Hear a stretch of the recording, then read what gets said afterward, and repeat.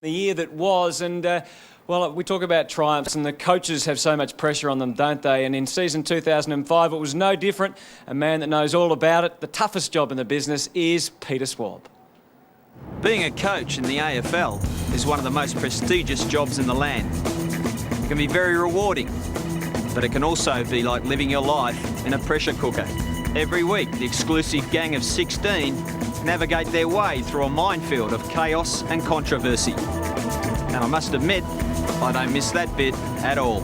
There's little doubt that being an AFL coach takes a special type of person. As coaches, we're very, very strange creatures. You've got to understand that. So often the club's figurehead. It's going to be good, they'll get a hernia. The coach walks a fine line of all-round good guy and fire-breathing dragon. Well, a lot of it I can't repeat. We've got a couple of kids here. I'm not worried about you people. But... Year-round, each and every coach strives to ingrain his key messages and game plan. Brendan, what's out the front of my place? Offence. Defence. The Swans brand of footy might have had its detractors, but like most great coaches, Paul Roos had it covered. We had a game of footy, we didn't play anyone. We'd pick a few goals. At Tigerland, Terry Wallace teed off on Brad Otten's Cats. When we were down and out, sides were quite happy to pick over our carcass. But the media spotlight remained firmly focused on Brad Otten's until the coach laid down the law. Some silly reason you people want to assassinate him, and it's just rubbish. You people. All of you. All of you. It's just rubbish. Leave him alone. The Magpies caused a huge stir when they showed interest in a number of out-of-contract lines. They want all our people, we might as well amalgamate. Collingwood Lions, or Brisbane Magpies, one or the other. Mark Williams fired up his former mentor when he showed interest in Bomber hardman Mark Johnson. Mark Williams makes a lot of comments. Just needed to perhaps just pull that tyre a little bit harder. Only joking, Mark. I love you. Dean Laidley didn't mind giving an honest appraisal on the opposition. Adelaide can't play any better than they played today. That's a tick from both coaches. Terry Wallace was another who implemented the honesty policy. Oh, we might be good enough. While Alistair Clarkson proved he's the modern-day Nostradamus after he looked deep into the crystal ball. I thought our game for where we're going to be in 2008 was right on track today. Over at Windy Hill, the Bombers' fall from grace had the supporters hounding the coach.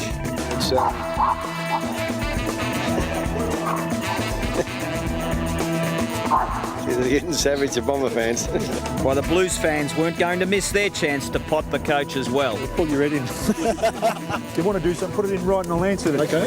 One of the great things about being a coach is just about everyone is willing to offer advice. Geez, Paul, if I could only coach like you, I'd be a genius. Dealing with the press is one of the many tasks an AFL coach endures. It's a speedy game of verbal dodgeball where those devious journos dig around searching for tomorrow's headlines. That's your call. You write negative and read it negative. That's up to you. We know what we're doing as a side. So what's that say for the rest of the competition then? I don't want to talk about the rest of the competition. I want to talk about our club. But you were making a statement then about the rest of the competition. You were saying you're number one. At least on this day, Dennis got his own back. How's your contract going, Mark? How much money have you got in your phone account? Hey? You in a relationship at the moment? There's the after-match presser. It's the place where the coaches get grilled, put to the sword by probing in-depth questions. So that means that I was a great coach before and now I'm a terrible coach. So that's a great question.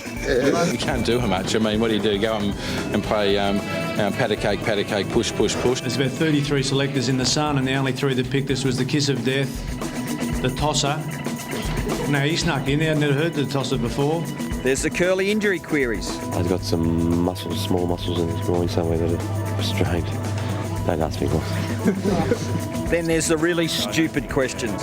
If I thought a panic button would help, I'd be pressing 5 of them. I'm not going to sit here with a machine gun and shoot someone for something they did in the last minute or so.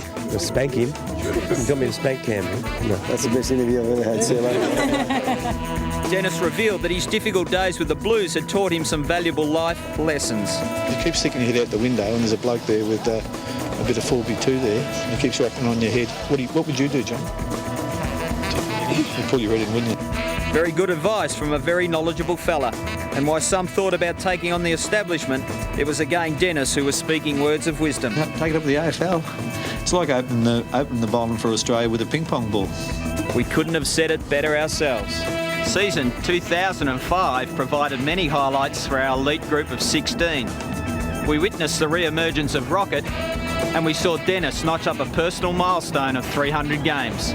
While over at the Carringbush, Magpie Mick joined the exclusive 500 club, and the grand old super coach Kevin Sheedy marked his 25th year in the box with a do at the Dome. But best of all, we got to know a little bit more about the new bloke at Glenferrie. We're very, very strange creatures. You've got to understand that. And won't Paul Roos and John Worsfold be feeling the pressure this afternoon? They've been so calm during the week, haven't they? But the nerves will certainly be there this morning, only hours away from the bounce of the ball at the MCG. And I reckon the crowd starting to feel those same nerves, certainly building up here at the MCG. Plenty going on outside the ground. It's a great atmosphere. And for the Swans fans, the chance to create history, the first flag for the Swans since 1933. Not so long ago for the Eagles fans, they'll remember the joy of 92 and 94, but they'll certainly be very excited. Well, speaking of excitement, haven't we had a sensational final series? There was also plenty of close finishes during the home and away series. Let's look back at some of the excitement of those close finishes. Bitter rivals, Carlton and Essendon met in front of 56,000 fans for Friday night footy. The Bombers jumped the Blues early and at the last change held a comfortable 28-point lead. It seemed the Dons were set to record their first victory, but the Blues had other ideas.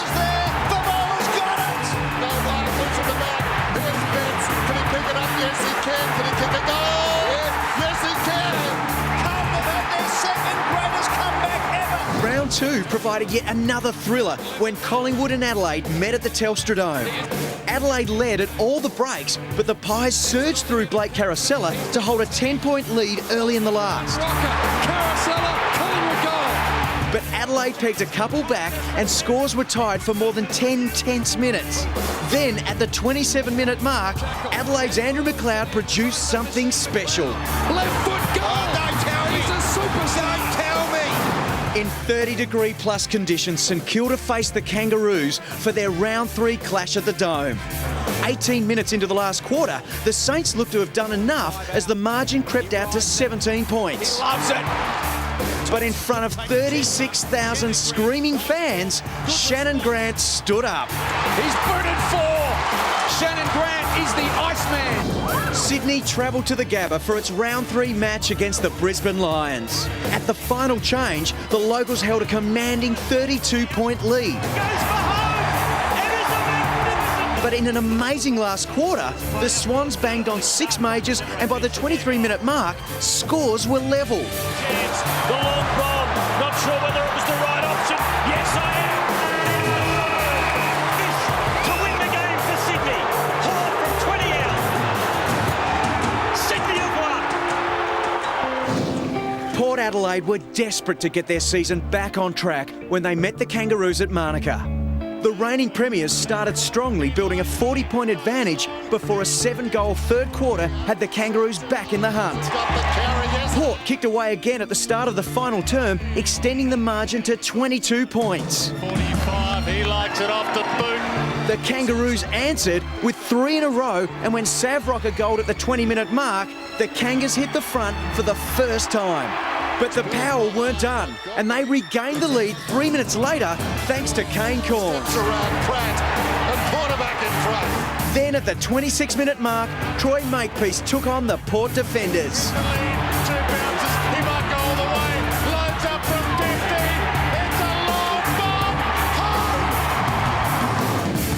An informed St Kilda travelled to Subiaco for its round 21 clash with Fremantle.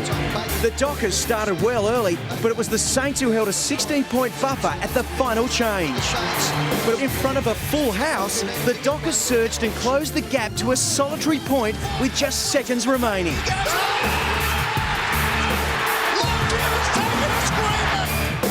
score will make it a draw.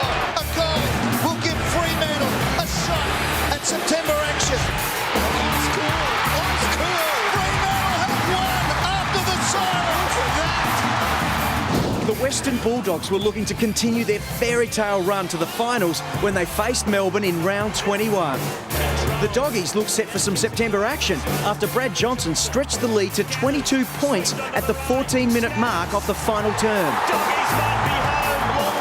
Two quick goals from Jeff White and Adam Uze cut the lead to 9 points. With just 5 minutes to play, Ben Holland took a strong pack mark and converted to reduce the margin to just 4 points. Then, at the 30-minute mark, Jeff White was awarded a free kick and a boundary throw-in. Teams playing for their seasons. Jeff White.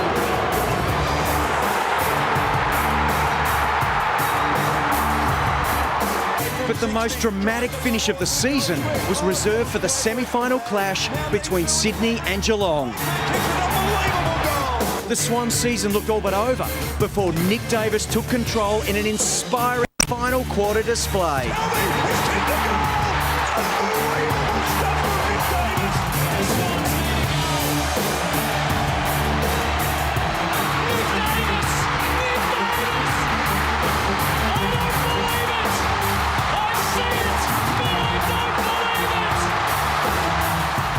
And wouldn't it be great if we had a finish as close as that this afternoon? Sydney and the West Coast Eagles, it's hard to pick who might triumph this afternoon.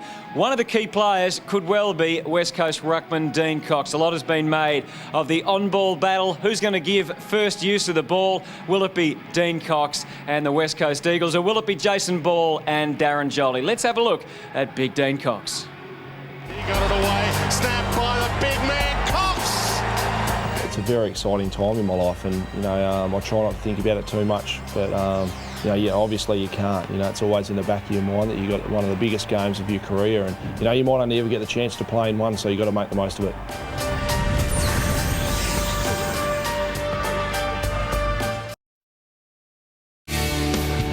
It's a spectacular sight on Grand Final day, wherever you're looking at the MCG from, whether it be from our cameras in the chopper or down under the ground at the MCG in the brand new Sydney Swans rooms. Welcome back to Grand Final Day on Network 10.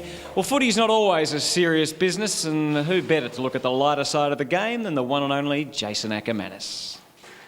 The 2005 season provided many highlights. The inspirational wins, the devastating losses, there were the big hits, and there were the more amusing moments. Round one, and it appeared situation normal. Chrissy Johnson was back having a real crack, and everyone was having a blast. Everyone, that is, except St Nick. But tears weren't just restricted to the Saints skipper, as the G train soon discovered. Mark that. Oh, it's gotta hurt. Yeah, that'll take your mind off your everyday problems. The Port's flag unfurling was, well, embarrassing. Carlton fans got the blues when they farewelled suburban footy, while the Tigers in different form crushed this little bloke. To the awards, and Stevie Milne won the coveted Brain Fade medal for this effort at the Dome. This is the unpredictability of brain snap from Stephen Milne. There were several other hot contenders, including Lindsay Gilby's blunder against the Saints. Oh, he tips to himself, loses it, and concedes a behind. Stevie Baker received his nomination for this shocker. That is the miss of the year. James Clement kicked one for the defenders. And Brad Johnson sure made a meal of this one. Balance, or does he? Whilst his teammates found new ways of enjoying the game. A bit of a shame this bloke couldn't stay awake to do the same. Well, you may just want to listen to the game. Worst set shot at goal. This from Ty Zantac. That would be the worst approach to have a shot for goal that I've ever seen. Best hit on the boundary umpire, Paul Medhurst. Best hit on a cameraman, Mark Seavey. They were also dropping like flies at the Dome. 1, 2, 3, 4, 5, 6 of them. While Maxie Hutchton joined this shout a little late. As for Lepper, well, we're not too sure who on earth he was conversing with. Just appears to be talking to himself, just up there, just mumbling away. The coaches' boxes remain one of those scary places. And it wasn't only the players that were feeling the strain. The aggro wasn't just confined to the box, as Richie Vandenberg discovered. Big Grant didn't mind giving his blokes a spray, but the verbal Mr. Plod cop didn't seem to go down that well. Kind of makes you glad you're not a player, huh? Knocks it towards umpire Allen, who's hurt. As usual, our friends the umpires were making an impact.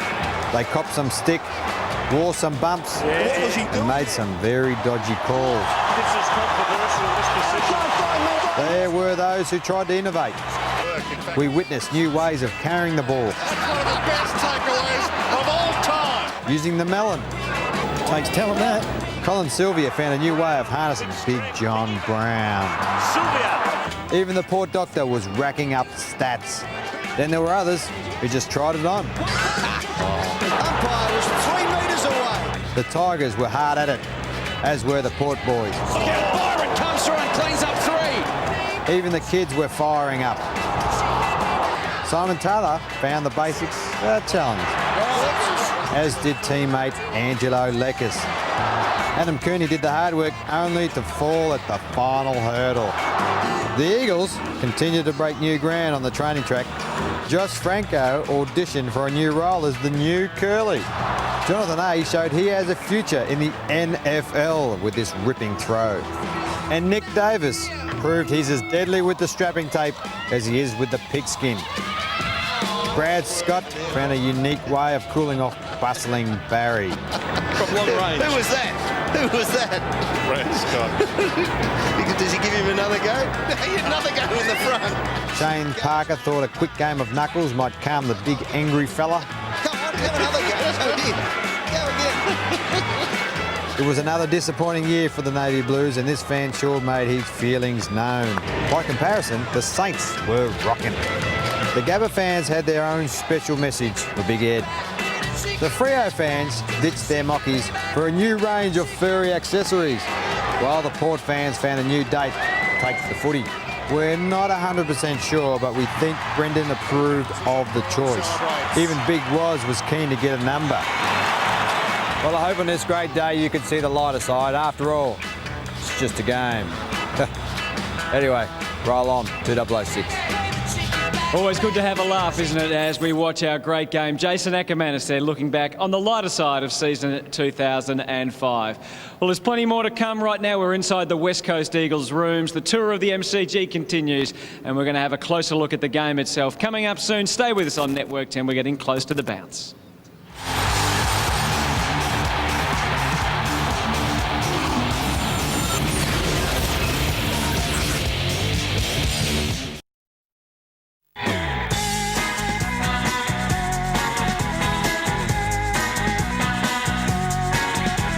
Welcome back to the MCG. We've gone under the G now, and we're in the broadcast facilities under the new grandstand, and I'm joined here by Don Fitzsimmons, a man who's been, well, directing the footy telecast for quite a long time. How long? How many grand finals is this for you, Donny? This is the 20th, Hutto.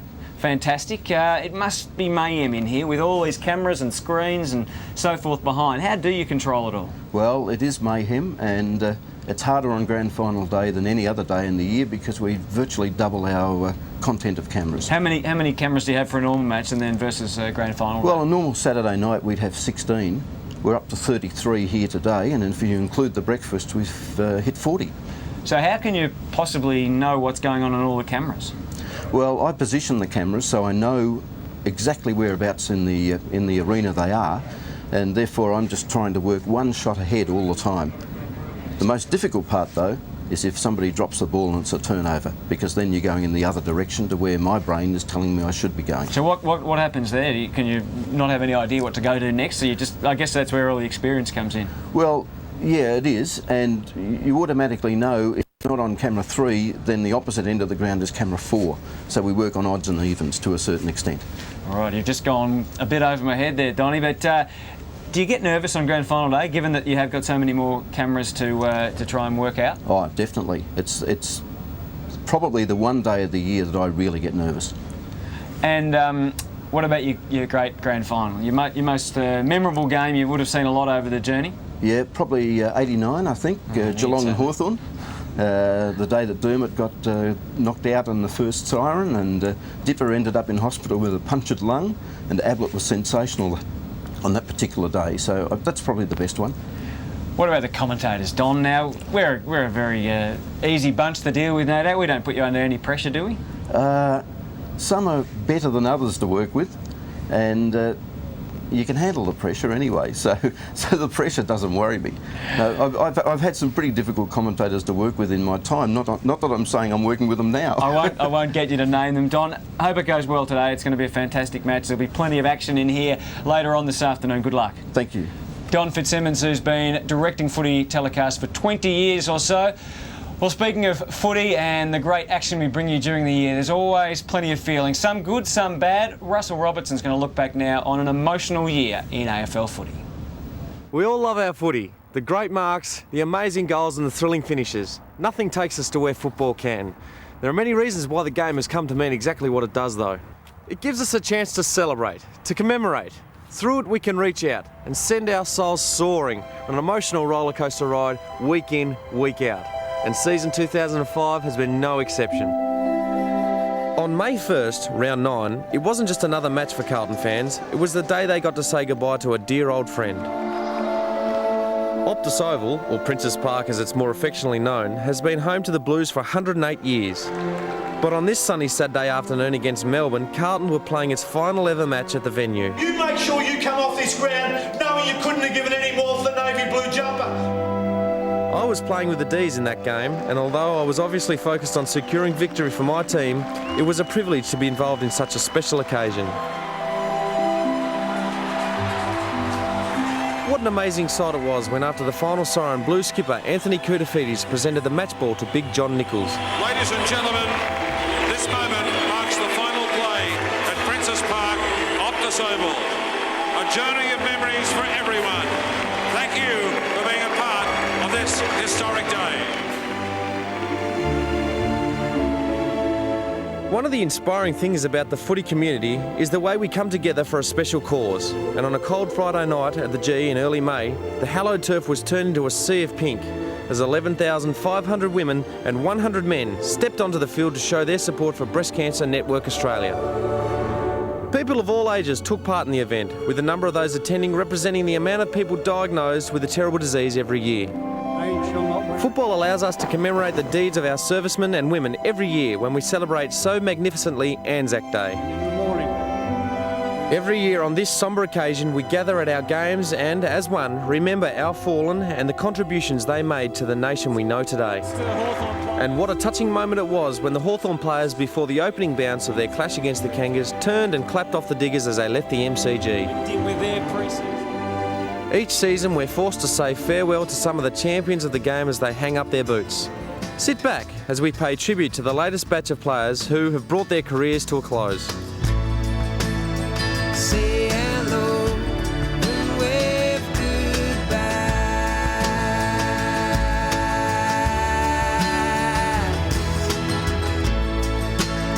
Say hello and wave goodbye.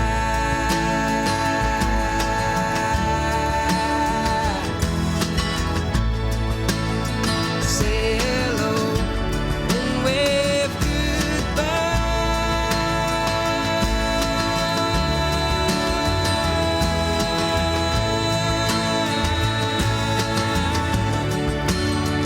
Wave goodbye.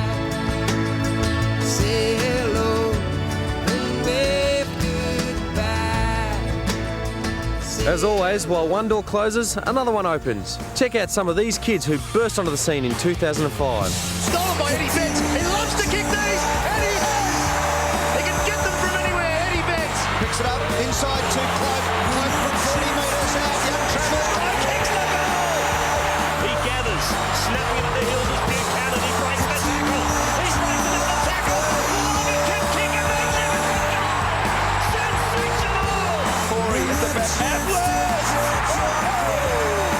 Roughead will fly from behind and takes a good grab. Who dishes back to Franklin, who winds up with a left foot to a vacant goal square. Oh, it's great to watch him go. Run to the 50. Ryan Griffin backs himself, backs his ability and kicks a beauty. Now this bloke can play. Deledio can kick a goal. What a kick. He's a young star. 2005 NAB AFL Rising Star is Brett Deledio of the Richmond Football Club.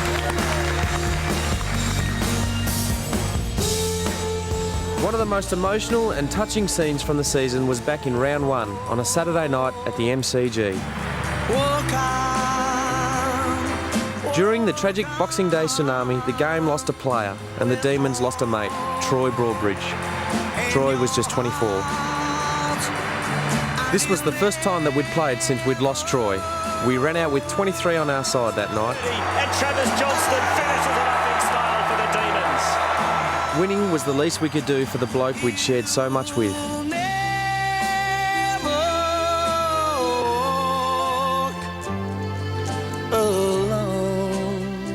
An unforgettable night and another unforgettable season.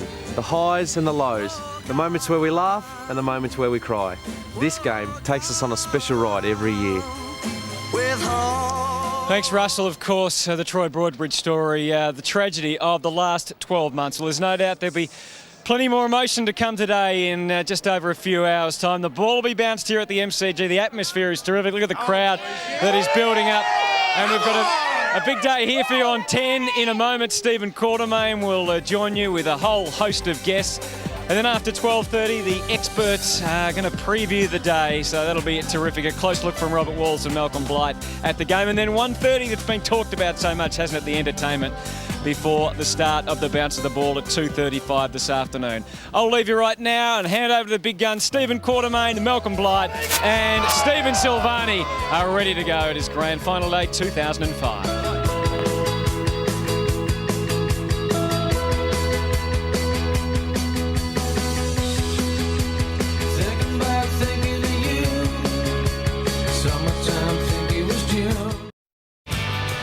Welcome back to Network 10's live and exclusive coverage of Grand Final Day 2005. It's the Battle of the Birds, the Swans versus the Eagles, and they are in good form already here at the MCG.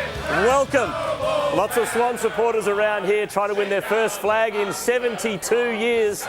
As I say, good morning to my panel, my expert panel. Between us, we've played in 14 grand finals and we've won 6 premierships, Malcolm Blight and Stephen Silvani. Hi, Stephen.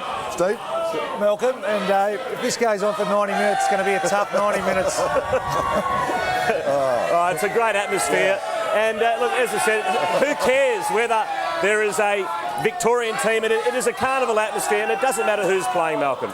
At the parade yesterday, I could not believe the amount of people here, but it's people coming from interstate and making a real occasion of it. It's been a fantastic build-up. Well, grand finals are hard to win. Paul Roos has played in 439 matches, Malcolm. For one grand final, no premierships. They are hard to get, Stephen, aren't they? I mean, you just don't realise how lucky you've been to be involved with how many we have. And it was interesting listening to Paul Roos yesterday. Like he believes this has been a build-up of about 2.5, 3 years. So it all comes down today, and what a game we should have. Yeah. Well, yesterday afternoon after the grand final parade, Malcolm caught up with Paul Roos for a one-on-one interview. Well, thanks for your time, Paul. It's been an eventful year for you. Slow start, bit of criticism, some wins, I think a report, and a grand final. You've had one with a lot. Yeah, look, it has been. I think that's probably the nature of footy now because there's so much interest in the game. So many people covering it. It's a truly national competition now. So, look, I think you're expecting the highs and lows. If you think it's going to be smooth sailing, well, you're probably in the wrong job. Just let's go back a bit. When you finished in '98 after a sensational career, you did a bit of media, sort of went away for a while, assistant coach. When did the bug get you to say, I wouldn't mind coaching? It really crept up on me because I did go overseas and I always sort of, and every player I think has an inkling they want to do it, but you're never really sure whether you're going to. And then I came back, got the opportunity to be assistant coach at Sydney, and I think at that time all I thought about was, look, let's just see how I enjoy it. I've got some time up my sleeve, I'll go through the process, and then all of a sudden, bang, Rocket resigned, and it sort of happened so very quickly. And Rocket finished, I think, on a Monday. The club, we all sat around as a match committee. The club asked me to coach. So it probably wasn't until absolutely that point, because I didn't think I'd have to make the decision until, maybe at least to the end of that year, maybe the year after. So it happened so quickly. And at that point there, I thought, well, look, I really want to do it. And I'm glad I did. I think the Swannies are too.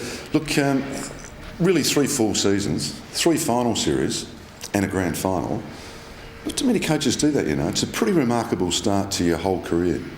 Yeah, I suppose if you look back, but I mean, you know yourself, you don't get that much time to actually reflect on your wins and your losses and all those sorts of things. It's probably not until you actually, I'll take a holiday at the end of the year to Maui, and you're probably sitting on the beach there at some point and you're thinking back and going, gee, that's not too bad. But you don't really get a chance to do that much.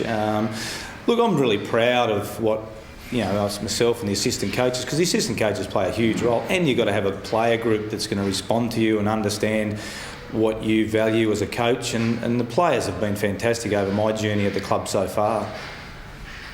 We see Paul Roos in his role as coach. What do you do away from football with your family? What's a real personal thing that Paul Roos does? I think really now with the kids, I mean, when your boys are 11 and 9, they're really starting to become so much fun to be around, and they're starting to be able to do the things that I like, kicking the footy and wrestling and mucking around and watching the WWF on telly, all those sort of things, because they're starting to become sort of young boys, that are really exciting, and I think that's the main thing. I love travelling with my wife and my kids, and look, my whole focus is on football and my family. Family plays a big part. It's great to have them in the rooms after the game. I think they're the little things that I find really special, to be able to throw ice at Barry Hall and Nick Davis, and I'm pulling them up in the rooms and trying to control them. But I think they're the special memories that we're going to always look back on, and they're singing the club song. So I think that's what makes my role at the footy club special. And even though it's not away from the club, it still feels like it is, because they're enjoying a different aspect of the club than what I am. Paul, either by accident or planning, you've got this sort of stop sprint game. Gridiron football tastes to me, basketball, even a bit of rugby league in it. Is that just the way the players are, or is that the way you'd like it to happen? Look, we've probably focused a lot on... I think in AFL, I think if you've got one game plan, you can get it shut down. So I think we've really focused a lot over 3 years about talking about different ways to try and win in the game. And I think, look, I played a lot of basketball as a kid growing up, and a lot of that was about tempo of the game and controlling the tempo, and I'm obviously a big fan of NFL and watching how, the teams over there, the successful teams have been. But I think also it is probably the type of players we've got, and a lot's been said about our game plan or other game plans, but, Brett Kirk, Jude Bolton midfield's a lot different to a Ben Cousins, Chris Judd midfield, because they're both, they're different types of players. And I think your players are going to dictate a certain amount of your game style. Ty Kennelly runs off the back flank. I can't, if I had to put another half-back flanker in there, it might be completely different. So we certainly have our game styles, but I think often the players can dictate a little bit about what happens. Yeah. Hope they dictate really well for you tomorrow. Good luck. Good on you, mate. Thanks a lot. Paul Roos, 439 games yet to win a premiership. By the way, I said in the introduction that we'd won 6 premierships between us. I'd like to just officially state for the record that I've contributed zilch to that. He's Mr. Unflappable, isn't he? Does he ever get angry, Paul Roos, I wonder? Well, no, not really. But I think there's been times throughout the season, and any coach does get flappable at some stage. And I think Paul's had his moments this year, but generally speaking, he's got an even keel on the game, and I think that's fantastic. Yeah, and I think that's one of the great things about Paul Roos, that he seems as though he's a very approachable coach. Obviously he knows where to draw the line, where you can have a bit of fun with the players, but yes, he's got to be a disciplinarian, and I think he's conducted himself very well over the last 2.5 years. Well, as we've already seen, the crowd here at the MCG as we build up to the game is in full voice. They're also in full voice over in Ireland. Let's go to Listowel in County Kerry, where Andrew Marr has been following the action over the last couple of days. Of course, Ty Kennelly country over there, and there is a big build-up to the game over there with Ty Kennelly taking part as we go over to Ireland and welcome once again Andrew Marr. Welcome, Andrew. Hello, Quarters. How are you? It's amazing over here. It's been an incredible week. We got over here Tuesday morning, landed in the middle of a massive Listo race meeting. There are just thousands of people from all over Ireland and the UK racing horses. You've got farmers racing against Dermot Weld. It's just an amazing experience. And as of about an hour ago, the focus switched not on racing or Gaelic football. We're in County Kerry, of course, and they're in the All-Ireland final. But everybody's now talking about Ty Kennelly. We're only hours away from watching him play in his hometown. What is the time over there? And tell us about this big festival that's going on. It is 2:10 in the morning. The street's still packed with revellers. The festival's just a race meeting. It's not just a race meeting. It's a 6-day race meeting where, as I said, people from all over Ireland and the UK came. It's pretty much a farmers-based race meeting, gives farmers a chance to bring their horses to a beautiful track in really good conditions and race against, as I said, the likes of Dermot Weld, who brings some really handy types to the track. It's but as I said, there's tens of thousands of people around. You can't get accommodation within 15, 20 miles of the place. They're walking the streets right now. They're all over the place. It's and there was a festival. I think they call it the Wren Boys. It goes back centuries. I've got no idea what it meant, but they burn things and they extort money from people so they can pay for friends' weddings. I think that's basically what it's all about. Now, Andrew, do they drink as much as they boast over there? Quarters, you've got no idea. They don't stop. They start at about 11 o'clock in the morning. They go for 13 or 14 hours straight. They go to bed hungover and crook, and then they wake up the next morning and do it all again. They are freaks. I reckon if Australians think that we're good drinkers, we've got nothing on the boys from Kerry and the girls from Kerry. They hold their own as well, I've got to say. They are absolute party animals in this part of the world. They say New York's the city that never sleeps. It's got nothing on Listo, I can assure you of that. Sounds like Malcolm Blight's lifestyle. Take it away over there, Andrew. I'm sure there's a couple of characters there. Blighty, you'd be right at home down here. I reckon you might enjoy the company of this bloke. His name's Berkey the Bookie. He's got a betting shop right across the road from Jet O'Carroll's pub, which is where we are right now. And you've been a mate of Ty Kennelly's for your whole life. Just not take with the youngs, they're not take with the heirs, but it's a busy week for us now. It's the week of the race. It's a big week around here, but the town has come to a fucking standstill. And you taught me not to swear now, but sorry about that. But it is absolute bedlam around here. Everyone's waiting for Tig. Everyone's waiting for him to give a big game. Now I notice you're wearing the red and white, but they tell me that you're standing West Coast for an absolute fortune. Is that right? I'll be taking off the red and white as soon as this game is over because we have a big game next Sunday against Tyrone, and they're red and white, and won't be wearing it that day. But there's been some punting going on this match. I was telling a reporter who rang me this morning that he said that they've been punting Tig's team for the last 3 or 4 months, and with every man, woman and child in this town is on him. Financially, it will not be a good result, but I'll be cheering them home tonight. You will be cheering them home tonight. What's the feeling in the town like? What he's been able to achieve so far from home? Just tell us a bit about that. We're in the All-Ireland final next Sunday. It's the biggest game of the year in this country, and if Tig was around, he'd be midfield for us next Sunday.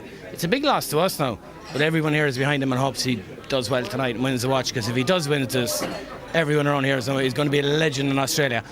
I've actually been speaking to him in the last day or so, as I said, a couple of weeks if we win, and so are most of these fucking people. Most of those people behind you, exactly. How's his mood? You've said you've spoken to him in the last couple of days. How would you describe his feeling? Regular Kerry man, very confident. Yeah, very confident. Yeah. Berkey, for your sake, I hope the West Coast Eagles win, but for everybody's sake here, I hope that the Sydney Swans win. Go on, the Swans. Good on you. Berkey. That's Berkey the Bookie. Move over here. We've got a fantastic man we need to speak to. This bloke knows the Kennelly family better than just about anybody. Jim Dinahan's his name. He's a very, very prominent politician. Just tell us how you know, thanks for joining us, by the way. Tell us how you know the Kennelly family. Well, I played football with Timmy for years since we were young people. And I played with him on the same team, I suppose, for over maybe 20 years at juvenile level and up to senior level. And we were very close friends. And I know Tig since he was born. Actually, when Tig was a young lad, he often gave out leaflets for me. He was a great man to distribute leaflets. So when you were running for political office, he had Ty Kennelly running the leaflets out for you? Absolutely. He could give out more leaflets in an hour than anybody else around our Kerry. And in the future, if Tig ever comes back, he could be my successor. Will he come back, do you think? I mean, have you got a sense for how he's going in Australia? Is he loving it so much over there that he might not actually come back to Listo one day? Well, he's very successful, obviously, in Australia. Sydney has a beautiful climate. He's a lot of friends over there, but I think his heart is still here in Listowel. He comes back 2 times a year. His closest friends are here. And I could see a great future for him, even in football, if he comes back at a later stage in his career, or hopefully maybe in politics when I'm finished here. Now, you'd like him to follow your footsteps in a political office? Absolutely. He's a great personality, and their family steeped in politics themselves, and I think he'd be a great successor. Now, you told me a little secret before that I don't think you should have broken, certainly with the Sydney Swans. He came back last Christmas and actually played a game of pretty serious representative footy for the local boys. Well, here, Kerry Championship is probably the hardest championship in the world. And Tig survived that very well. And actually, I'm involved with a team out the road here. the village out the road. This is my town, Finuge is my village. Yep. But they beat us in the final, principally because Tig was playing. But it was a tough game on St. Stephen's Day in the middle of our winter. But Tig showed his commitment to his club here by coming over and playing. Now, you mentioned you were part of that legendary Kerry team with Tim, his father. You played in those 5 winning All-Ireland teams. How hard would it have been for Tig to follow in such, exceptional footsteps like those of his father? Well, I'm convinced of one thing, that Timmy would have been a great rugby player or Australian rules player. Yep. He was a tremendous player. He played centre-back, I played full-back. And he was one of the greatest players I've ever played with. His great spirit, commitment, determination. And just Tig has taken on all of those traits and maybe even better. But Timmy definitely would have made it at international level as well. The one good thing about Tig is that he's very versatile. He'd have made a great soccer player. He would have made it at any game. And it's a pretty emotional night for the town tonight, no doubt. Well, it is. Tig Kennelly is one of the greatest superstars that came out of Listowel ever. Yep. We had another great athlete called Jerry Kiernan, who came 12th or 9th in the Los Angeles Olympics. Yep. And then we have a lad here as well, a great cyclist, Moriarty. Yep. But Tig certainly would be the most renowned and distinguished sportsman that ever came out of this town, and he's still a pretty young man. So, and in a few weeks' time, of course, he'll be playing with Ireland against Australia. Exactly. And I have some interest in that competition because I was on the original committee that framed the rules. And actually, those compromise rules, I experimented in school. I was a teacher that I'm a PE teacher, doing the Gaelic rule and the Australian rule and then the compromise. And I'm glad that this game is really going from strength to strength, and it's becoming a truly international game. Fantastic stuff. Thanks for your time, Jim. Just to say to Tig, good luck, Tig. You deserve it. You're one of the finest individuals I've ever met in my life, and I mean that sincerely.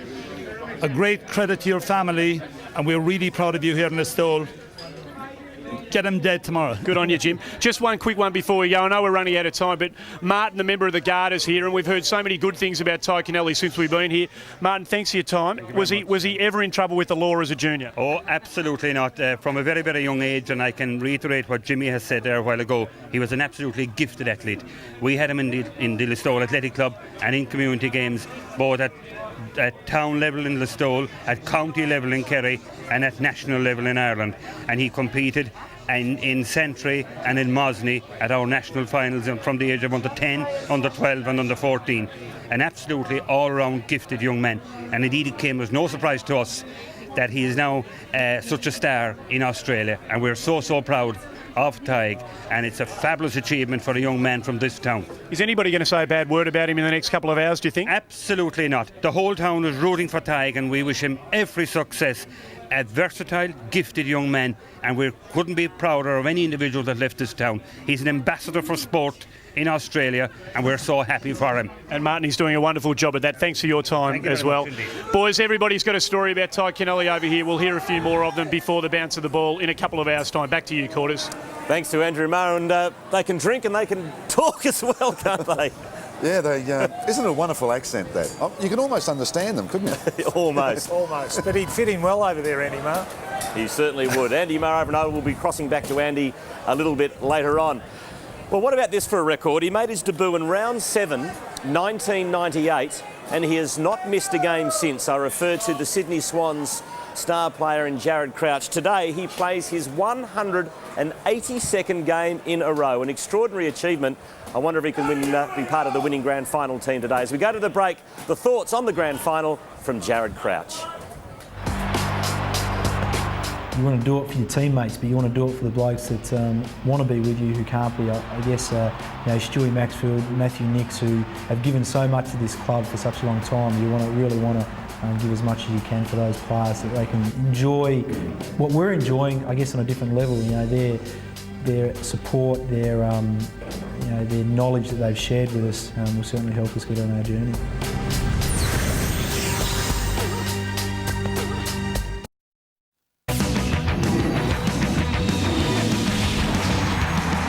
The Toyota mark and goal of the year is hotting up. There were some great marks, but the winner for week 3 of the finals is St Kilda's Brett Voss. Adelaide's Trent Henschel picked up goal of the week with his brilliant snap at Subiaco. Trent Henschel. Oh, no, he can. Great Congratulations, Brett Voss and Trent Henschel, the Toyota mark and goal winners for week 3 of the finals.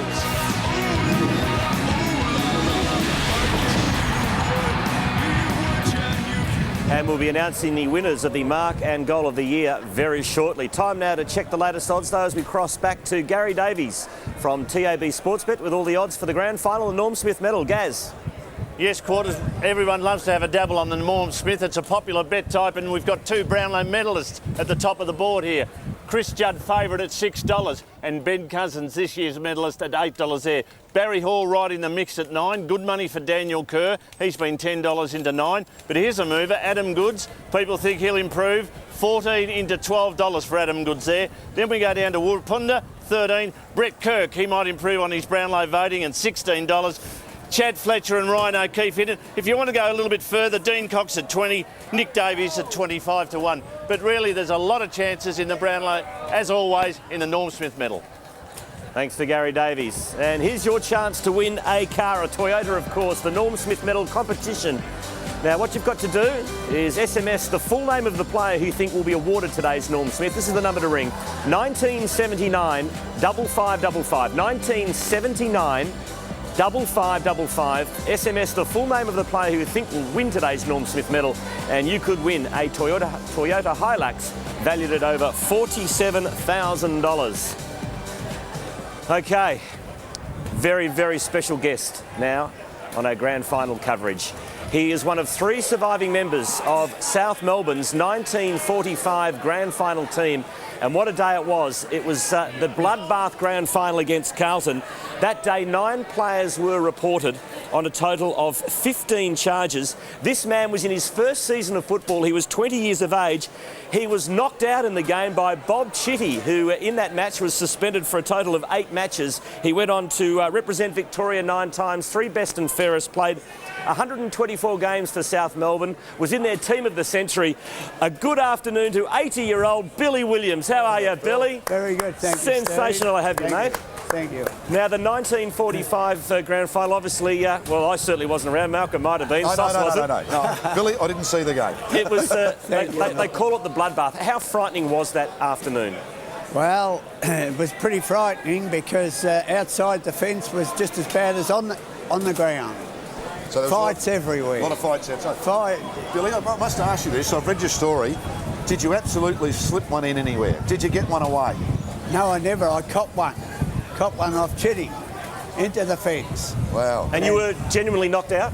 Genuinely knocked out because they put the smelling salts under my nose.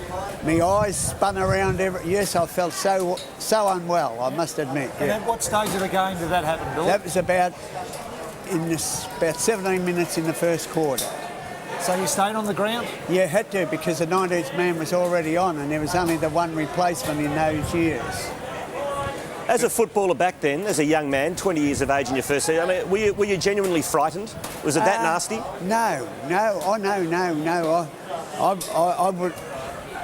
Otherwise, I wouldn't have played league football. True. Yeah, no worries. And the man that nailed you, Bob Chitty, what sort of player was he? Well, I used to carry his bag as a kid. I bagged for Carlton. I used to wait for Chitty. And at any rate, I didn't get a chance that year because we only met twice. To say I was too excited to even talk to him, so lo and behold, I often wondered if I'd have told him that I was that kid, he mightn't have done it. But then when I think about it, I think he still would have knocked me out. Yes. Did you say anything, once you got up and you got your thoughts together, Billy, did you say anything to him? No, but I got a chance later on, actually. Nashi had hit him and dropped him, and he was out to it, see? And I'm telling my foreman at work, I went over to him and said, "Get up, you bludger," I said. "You're always good at hitting the little blokes. Let's see what you can do after copping it." And my foreman said, "Geez, you were game." And I said, "Yeah, but he was knocked out." Hey, now, Billy, you see the skills of the young players today. What was your asset? What was one of your great assets as a player? Oh, I guess for me inches, I was a fairly good kick, Yep. Yeah, and I suppose I was fast too. Stab kick? I loved it, yeah. Stab kick. What about the middle of winter when the grounds were really boggy then? How did you go with the stab kick then? I must admit that was much harder because you'd have to go back to the punt kick. But today it doesn't matter, does it? Billy, who's the best you've ever seen?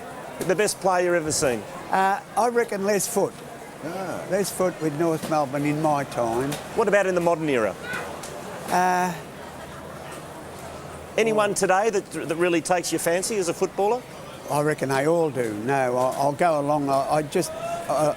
I reckon I'll settle for Barry Hall. There you go. He would have been all right in the Bloodbath Grand Final. Oh, wouldn't he been okay? He would have been handy. What about today, Billy? Do you think the Swans can get up? Yes, I do. I think this is our day today. We're all playing well together, aren't they? Do you think? Yeah, great team.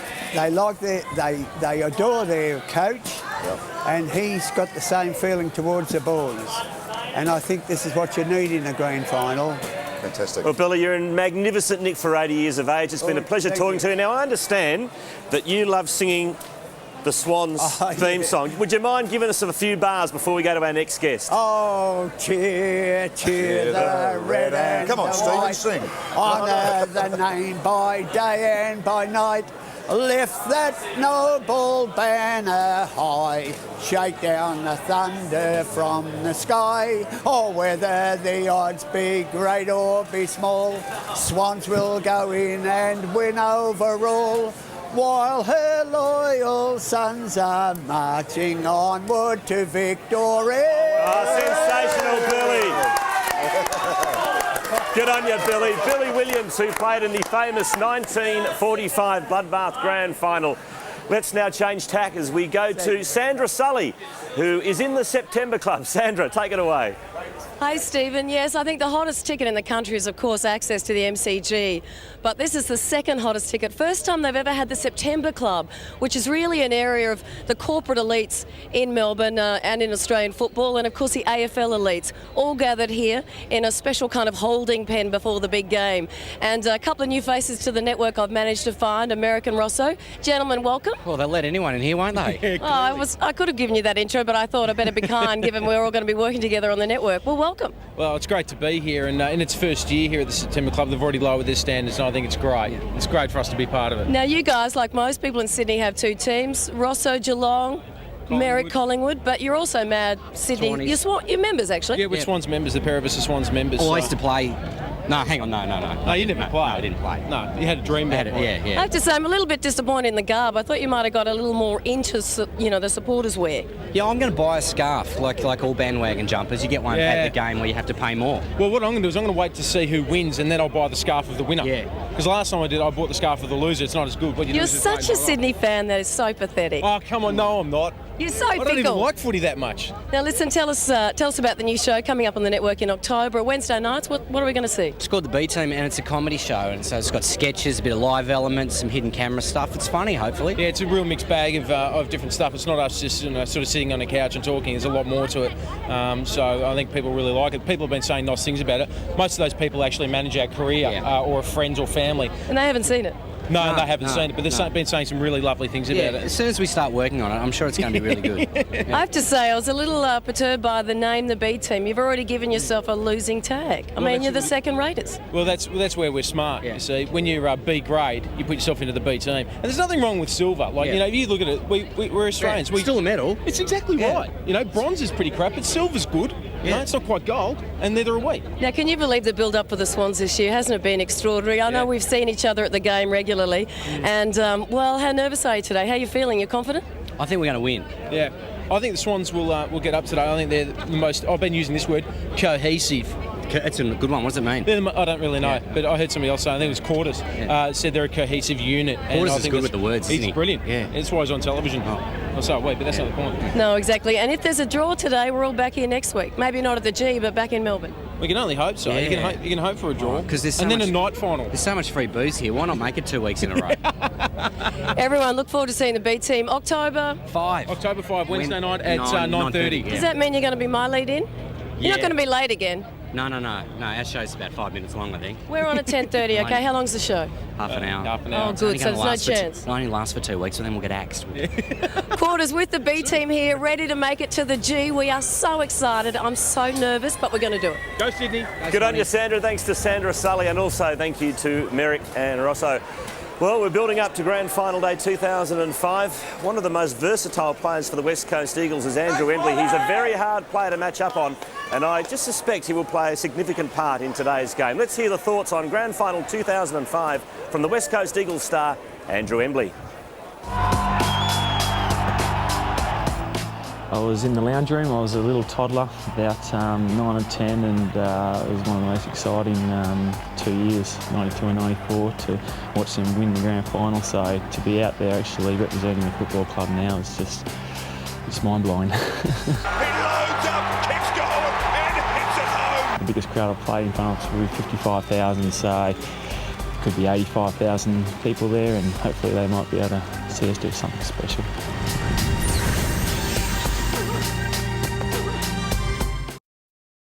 It's the opening seconds of the game.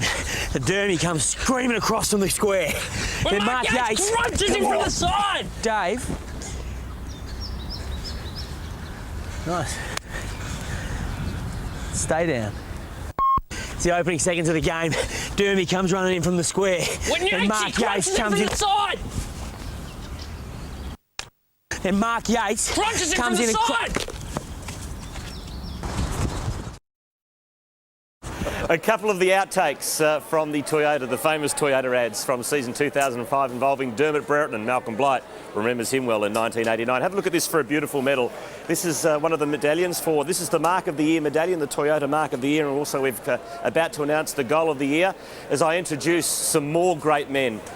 1970 Grand Final, Ch10's You Beauty, judging the Mark of the Year, Alex Ch10 from the Carlton Football Club, and the greatest goal ever kicked, Phil Manasseh in the 1977 Grand Final from Collingwood. Phil Manasseh. G'day boys, how are you? Welcome. Good morning. Thank you. I've got to say, firstly, this was a thing of the 70s, was it? Moustache, Yes, it was. moustache. Yes, it was. How did you, actually, mainly after the 70s, you know how they get a tattoo now? All the boys, actually, most of the boys after 75 grew a moustache. They all shaved theirs off and I kept mine. I thought we were going to keep it forever. That's right. I mean, that's where I got mine. Exactly the same. I've kept mine, yeah. Great memories, guys, from Grand Finals. Fantastic. And it's great, you know, it's great even today. It's going to be a great day. Yeah. Who do you like? I'm going for Nick Davis, because I'm his godfather. Good about that. I'll be going for the Swans. My heart says the Swans, but I think my head says West Coast. Why West Coast? I think they're the form side all year, and I think their midfield, it's too many to cover, I think. Now, the Ch10's You Beauty mark in 1970, who's more famous that, yourself or Mike Williamson, the commentator who called it? Oh, well, I think there's three of us. Don't forget Jerker as well. We come as a package. I know it's the last century, and I know it's in black and white, but I think it still stands up. Oh. And you remember his goal, wouldn't you? I actually sort of wandered after him.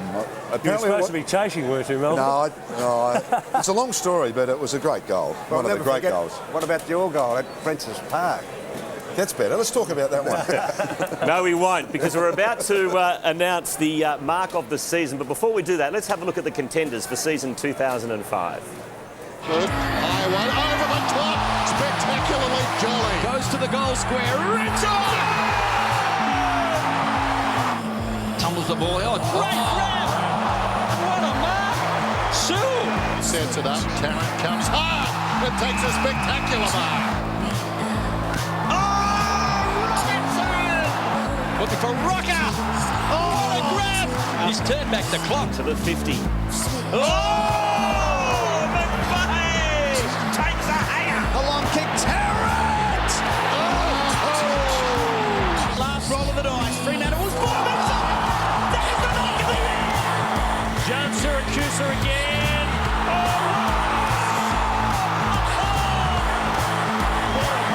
Wide out pointing ball. Oh, what a ripper.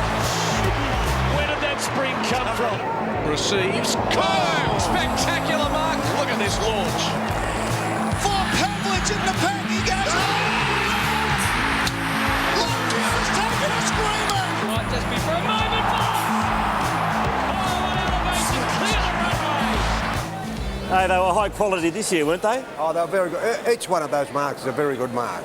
Very, very good mark. And it's good to see that's part of the game. It's still there, Malcolm, that marking. Yeah, it's certainly not around as much, but I think the Telstra Dome and some covered stadiums help that, don't they? Oh, yeah, and plus the way they play too. They try to get away from contests these days and get out in the open. But let's hope that mark stays forever. All right, Alex, so you're the man. It's your pleasure to announce the mark of the year for 2005. Well, the mark of the year so far, Quarters, because I'm still at the grand final. We can change. You can change. Just to announce that, if there is a better mark or goal taken or kicked today, you can change the winner. I can change the winner after the game, yes. So I'll let you know if there's a mark. Thank you. But so far, the mark of the year goes to Luke McFarlane from the Dockers. Fremantle Dockers. I think he got the highest. I go for the one to go the highest. That's what young kids dream about, is getting high, and I gave it to him. Your thoughts, Malcolm? No, it's a great jump, and I think Jez has got it 100% right. There is some debate about courageous ones or one-handed ones or sideways ones, but I actually agree with Jezza. The highest mark of the year deserves it. Gee, Matty Robbins was a bit stiff, wasn't he? It was a very good mark, but it wasn't high, you know, it wasn't as high as that one. Far be it from me to argue with you, Jezza, that's for sure.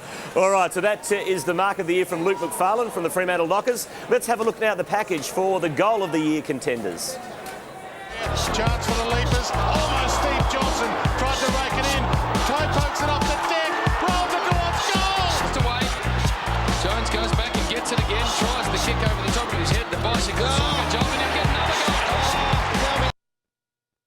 Kennelly, now they run to the outside, must take them on, back into the corridor, or he put Buchanan under a little pressure. He gets a pass, ball's on the move, got it on the half volley, back to Kennelly, this could be one of the goals of the season, he lines it up, oh boy, that's as good as it gets! Claimed in a handball to the excitement machine McLeod, left foot goal! Oh, don't tell me! He's a superstar! Don't tell me! Cox.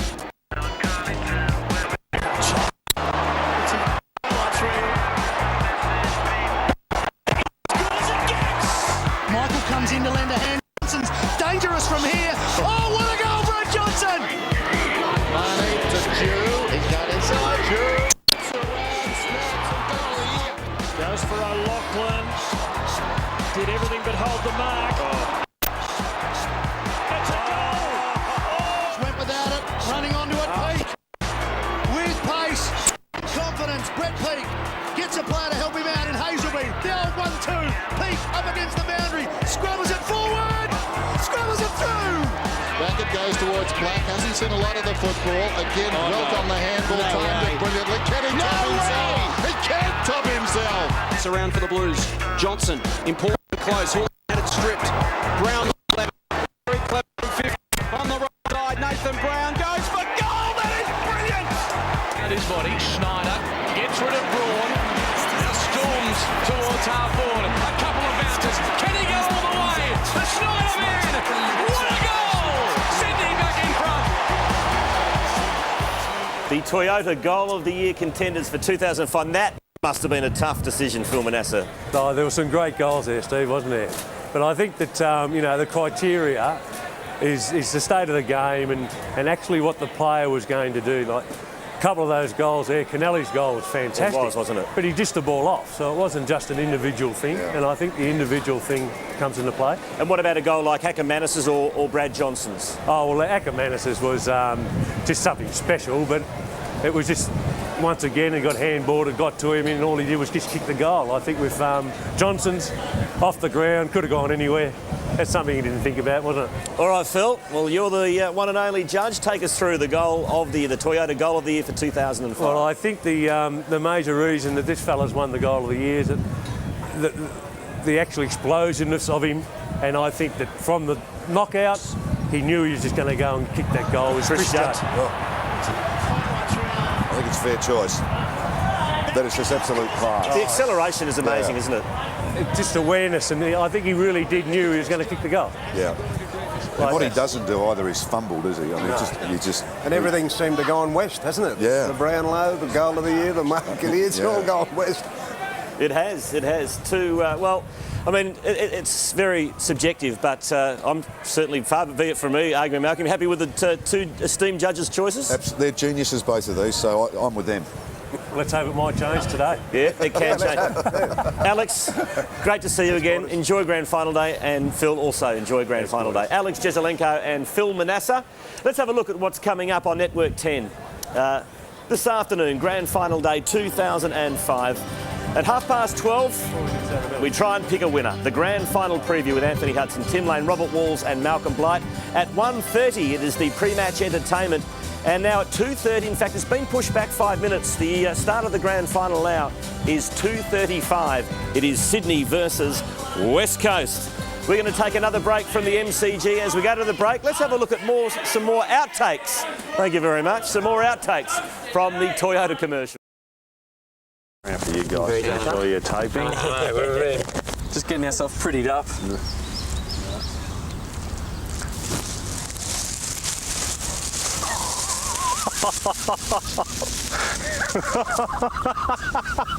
A goal that's etched in the memory forever. We give you the Macedonian marvel. Oh, Peter Dacos. Steaks. You're kidding. No one told me this was in the script. All right, it's 1979. Carlton are trailing, and it actually looks like the Pies are going to win a flag. Dave? Okay, you deserve that.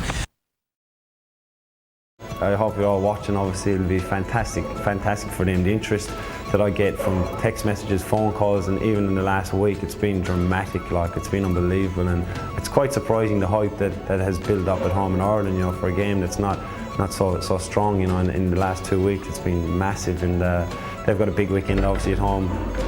The grand final is on Getty Football obviously on the Sunday, so hopefully we can get a win on the Saturday for them, and it'll be great. Ty Kennelly will be crossing back to Andrew Marr at Tig's Godfather's Pub in a couple of minutes' time. And by the way, the marks and goals of the year, courtesy of Toyota, Chris Judd, the goal of the year, and Luke McFarlane, the mark of the year. The players win $10,000 each, plus the fantastic medallion, and also $10,000 each to their original club, to their local club. So thank you very much to Toyota. That is a fantastic award. Time now to go to Tim Gossage, who is in the West Coast Eagles rooms, to give us a little bit of update and set the scene down there. Tim. Just a handful of training staff here at the moment. Pretty eerie feeling, actually. The players, of course, still at the team hotel, but on their way. You look around, Eagles colours everywhere, and some messages, and I reckon they've been hand-picked from Coach John Worsfold's manual. Determined, focus, impact and commitment, just the way John Worsfold played throughout his great career. Very eerie, but at the same time, an air of excitement. Not too far away now before the heroes arrive, and this is where the final preparation will come for the West Coast Eagles in 2005. Were you one for dressing up the rooms, Malcolm Blight, as a player or as a coach on Grand Final Day? Oh, yeah, a little bit doesn't hurt, I don't think. I know over the journey some people have said, let's clear it all out and make it like another day. Well, how can you? It's impossible, really, isn't it? But fascinating to see what time they get here. A lot of players, Stephen, don't like getting there too early or too late. It's a balance when you come to Grand Final, isn't it? Well, it is, and there's so much more extra time. Yeah. Even before the bounce, when you run out onto the ground, there's still probably 20 minutes before the game actually starts. So it's a bit of a balance. Is that the worst time? No, I don't think. I think once you're on the ground, you know you're ready for combat. But that once you run out onto the ground, that you don't leave all the hype in the dressing room, because you've got about 20 minutes to get through with the national anthem and all the things that go on before the game. So it's very important.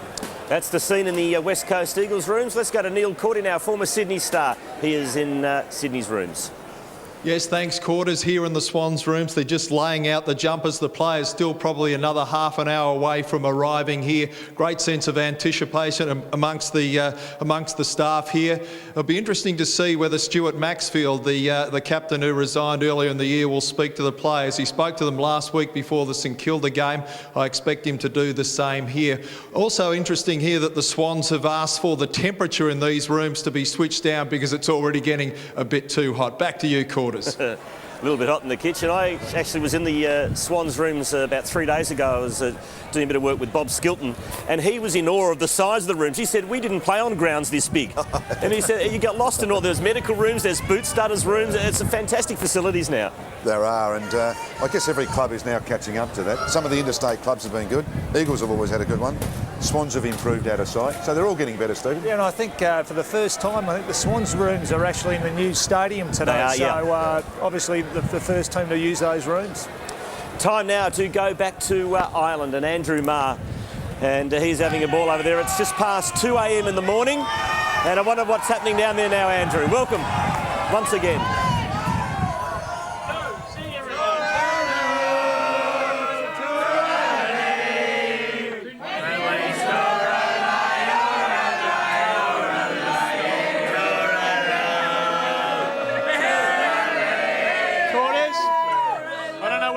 I don't know whether you're tone deaf or not, but they're having a good time here in town. They're having a great time. It's now 3 o'clock in the morning, 2.5 hours obviously away from the bounce of the ball, and I think they're all going to stick around and stay, which will be about 28 hours on the drink for most of them, which is a fantastic event. One bloke who hasn't slept for about 5 days is Eamon O'Carroll. He owns the pub we're in. He's known the Kennellys for 155 years. You played footy with Tim. You're the godfather of Tig. How are you holding up? A bit tired, but we'll survive. What's going on with that voice of yours? Trying to get people to get them out of the pub when they won't go. They don't take any notice of the vintners around here. You must be extremely proud, like everybody here. Everyone here should. They'd be all gone to the disco or something, only they want to be here for Tig and the Swans, and just to show that they appreciate what he's after doing. He's obviously got great bloodlines. Did you think that he could do what he's actually been able to do? Well, he always showed it when he was young. He was anything he went athletic-wise, he was going to be a top at it. He probably did too much when he was young. So I think we had to burn the boots once or twice to keep him at home.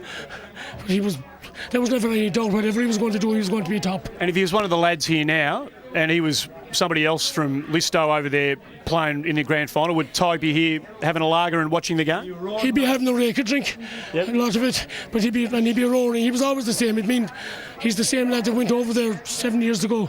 He didn't change him one bit. How about sending him a message? If he was watching right now, what would you say to him? Best of luck. Make sure you win, because we don't like losers. Well, there you go. That's fairly point blank. Thanks very much.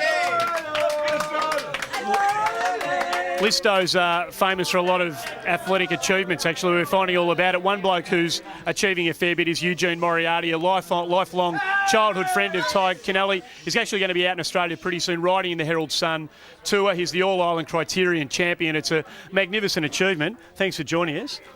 When he left, when he decided to go over to Australia and play straight, what did all the boys think? What did his mates think? I think a lot of people thought that Tig was actually crazy because he had such a fantastic career in front of him in Gaelic football, which is, as everybody knows, the sport in this country. And I think it was the best move he ever made, because he has just excelled. Every year he's been in Australia, he's improved, and he's the player of the tournament out there at the moment. Has it been easy to stay in touch with what he's been achieving out there? It hasn't been too tough for me, because I spent quite a bit of time in Australia. Like you said, I'm going out for the Herald Sun Tour in a couple of weeks. We finish off with the Tour of Queensland, and then I hope to stay in Australia for the winter, so I always manage to hook up with him. And you'll catch up with him when you get out there? Oh, certainly. I'd be hung, drawn and quartered if I didn't try and hook up. And plus he'll be getting you free tickets to the Compromise Rules games, of course? Yeah. Can you, knowing what you knew as a kid, the Tig Kennelly you knew as a kid, are you at all surprised that he's been able to achieve what he's achieved? Not at all. I mean, if you knew the family he comes from, he comes from a long, distinguished line of athletes. Anything to do with a ball, they weren't too far away from. He has the talent, and that has shown through. He's put in the hard work all the way through his career, and it's beginning to come to fruition now, and I think he has a long career ahead of him. There is a chance he may be watching. He certainly texted one of his mates, Berkey the bookie, before, when Berkey let fly with a couple of expletives, and he sent him a text message telling him to stop swearing. Have you got a message you'd like to actually send to Tig? Well, just to wish him the best of luck, and that the whole town is rooting for him here. It's been a very sociable week here in Listo with the horse races, and this is the big one of the week for us. And mate, good luck with your own cycling career. Good on you. Thanks for joining us. Eugene Moriarty. A couple of the girls in Tig Kennelly's life, a couple of the very, very special girls in his life. Breda McVeigh, his auntie, and Joanne, of course, His sister, you must be getting pretty nervous. Only a couple of hours away now to the bounce of the ball. How are you holding up? Looking forward to it. We were talking to him and he's in good form and he's watching, we hope, at the moment, so wish him all the best. When did you speak to him last? But 15 minutes ago. Yeah. And how was he? He's in good form. And you had a chat to him too, Joe? Yeah, I did. I rang him yesterday morning and he was getting the breakfast, so he's in good form. Form is good. And what's he? Did he sort of share any thoughts with you about how he's feeling about the game? And is he nervous, uptight, excited? Have you got a sense for how he's looking forward to the grand final? Excited, I'd say. Excited in a good way. Yep. Yeah, looking forward to it, of course. Yeah. You must be completely stoked. The little sisters are always copying a fair bit from their big brothers, but I imagine Tig would have been a pretty good big brother. Was it hard for you to see him leave home and take himself so far away from the family? Yeah, it was hard. It was difficult, but Mum used to always think, oh, he's only going on holiday and he'll be back soon, and you know, it's only a few weeks. But then as it progressed, it was kind of like it's longer and longer. But he loves it now, and he really, to be in the final, like, it's amazing. Like. Do you get a sense for where he calls home? Is Listo still home for him, or is he sort of setting himself up in Australia? Oh, I reckon here will always be home, but home to him too over there, like, so it's two ways. And Brady, you've got your Sydney Swans colours on, and your front window at home's decked out with all the colours. And you've been good enough to introduce me to your kids, and they're all extremely excited about what lies ahead. Are you anxious, excited, nervous for your nephew? Yeah, very excited. The kids are up all night. They didn't get much sleep. They're waiting for the game, so hopefully everything will go okay. Well, we've been asking everybody to send a message if he was kind of watching. If you had the chance to know that he was on the other end of the camera, what would you say to him right now? We wish him the best, and we've the candles lighting. Yeah. And what about you, Joe? To wish him the very best of luck and all his teammates. Well, if you're going to be here watching the game with us, if they do win, we're hopefully going to speak to Tig after the game, and maybe one of you two might put the headphones on and have a chat to him as he walks around the MCG, hopefully with a premiership medallion on. Thanks for coming down, and we'll see you a bit later on. The girls in Tig Kennelly's life and everybody else in the Listo pub at Jet O'Carroll's. It's fantastic here. It's very, very hot, but fantastic. And they're in good voice quarters. Back to you. Thanks to Andrew and Mark. Well, high expectations now for Sydney Swans fans, both here and in Ola. But I tell you what, there's many, many thousands of West Coast Eagles fans out there, I'm sure, that want to spoil Tig Kennelly's party this afternoon. We're going to go to another break here as the build-up continues to the 2005 Grand Final at the MCG, the Battle of the Birds. It is the Swans versus the Eagles, live and exclusive on your Premiership Network, Channel 10. Let's get it started in here. Let's get it started. Let's get it started in here. Let's get it. How about that for a special shot? The MCG on Grand Final Day 2005. It is nearing completion, the G, ready for the Commonwealth Games in March next year. It is great scenes here. It is a real carnival atmosphere as we build up to the game between the Swans and the West Coast Eagles. Let's now go out and about the MCG and go to 10 reporter Mark Howard, who is covering the action outside. Mark, what's it like around the ground at the MCG at the moment? Quarters, as you would expect, it is absolute sensation. We're up the northern end of the MCG. The punters have been streaming in for about 5 hours, I reckon. There's a good mix of Eagles fans, Swans fans, there's barbecues going, the champagne and beer is flowing. I think the game for some of these people is a bit of a side, but I tell you what, there's some real money getting on the Swans. As you can hear, Quarters, they're starting to get a bit vocal. Everybody seems to be on the Swans bandwagon, Matt, but what about the ratio of colours with Swans fans and Eagles fans? What sort of ratio do you think it is at the moment? I would say at this stage it's about 60-40 to the Swannies, although as I say that, the Eagles are flying in behind me. At Flinders Street this morning, there was bus after bus after bus arriving of Eagles fans. The Swans fans were coming in as well, but I tell you what, there's a man here beside me who played last time in 1996 in the Grand Final. He's a bit of a rock star, Dar Lewis. He's been signing autographs. Look, there's people here who want to speak to him. Louis, you're back at the MCG. You were here in 96 and you couldn't get your boys across the line then, could you? Certainly couldn't. Look how he tried to sneak in undercover today. You're very good, you're a sleuth. But look, 9-10 years ago now, just come into town to see the boys do it and have the big one and take that undeserved title of ours as the best Swans for a long time. I'd love to see these boys win it today. What was your recollection of that day and how did you go yourself? You're never afraid to talk yourself up. Yeah, look, it was a big decision whether I used mud or grippo in the hair that day to get it right. I had to look my best on the ground. But look, I was average that day. We were really good for a quarter and a half until it all went pear-shaped. I think Snotter snotted Troy Luff, and I think that might have been the end of it. But other than that, I haven't seen the game of footy yet. I don't want to see it again. How many goals did you kick that day? Not enough. 0? Yeah, 0. Effective? Yeah. But other than that, it was a great day. It was a fantastic week. I remember the parade. We wore sunglasses, and I think Dennis Pagan called North Melbourne aside and said, have a look at these blokes. I think they've won it already. They're from Hollywood. And so my advice being this week when I've ran into anyone involved with the Swans, don't wear sunglasses. Well, you haven't worn sunglasses, and time's obviously a little bit tough. If we can just have a look at yourself, Louis, I don't reckon you're sitting in the corporate enclosure today. You've got the sneakers on. You're looking a bit rough around the edges. Look, I'm built for comfort today. There's probably 1,000 beers to be had afterwards. And anyone knows who's been around footy and celebrations, mate, wear something you are prepared to lose. Well, you'd be prepared to lose that. Obviously, the Swans aren't going to lose today. Why are they going to win, Louis? I just think it's a team built around the consistency of team effort. You look at Brett Kirk and Baz and the way they talk about each other. I think they'll do anything for each other, which is a key ingredient.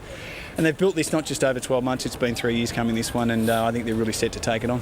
Obviously, you left a big impression of the Swans. That's obviously helped. Yeah, legacy's a strange word to use when you put my name into the circle, mate. But look, I think my best part will be the celebration side of it. If they win, they'll know what to do, because that's what I probably did when I was up there a little bit too much. But you are a bit of a clown, but you've taken a more serious approach this year, Louis. You've actually started coaching yourself, the Norwood Redlegs. How'd you go?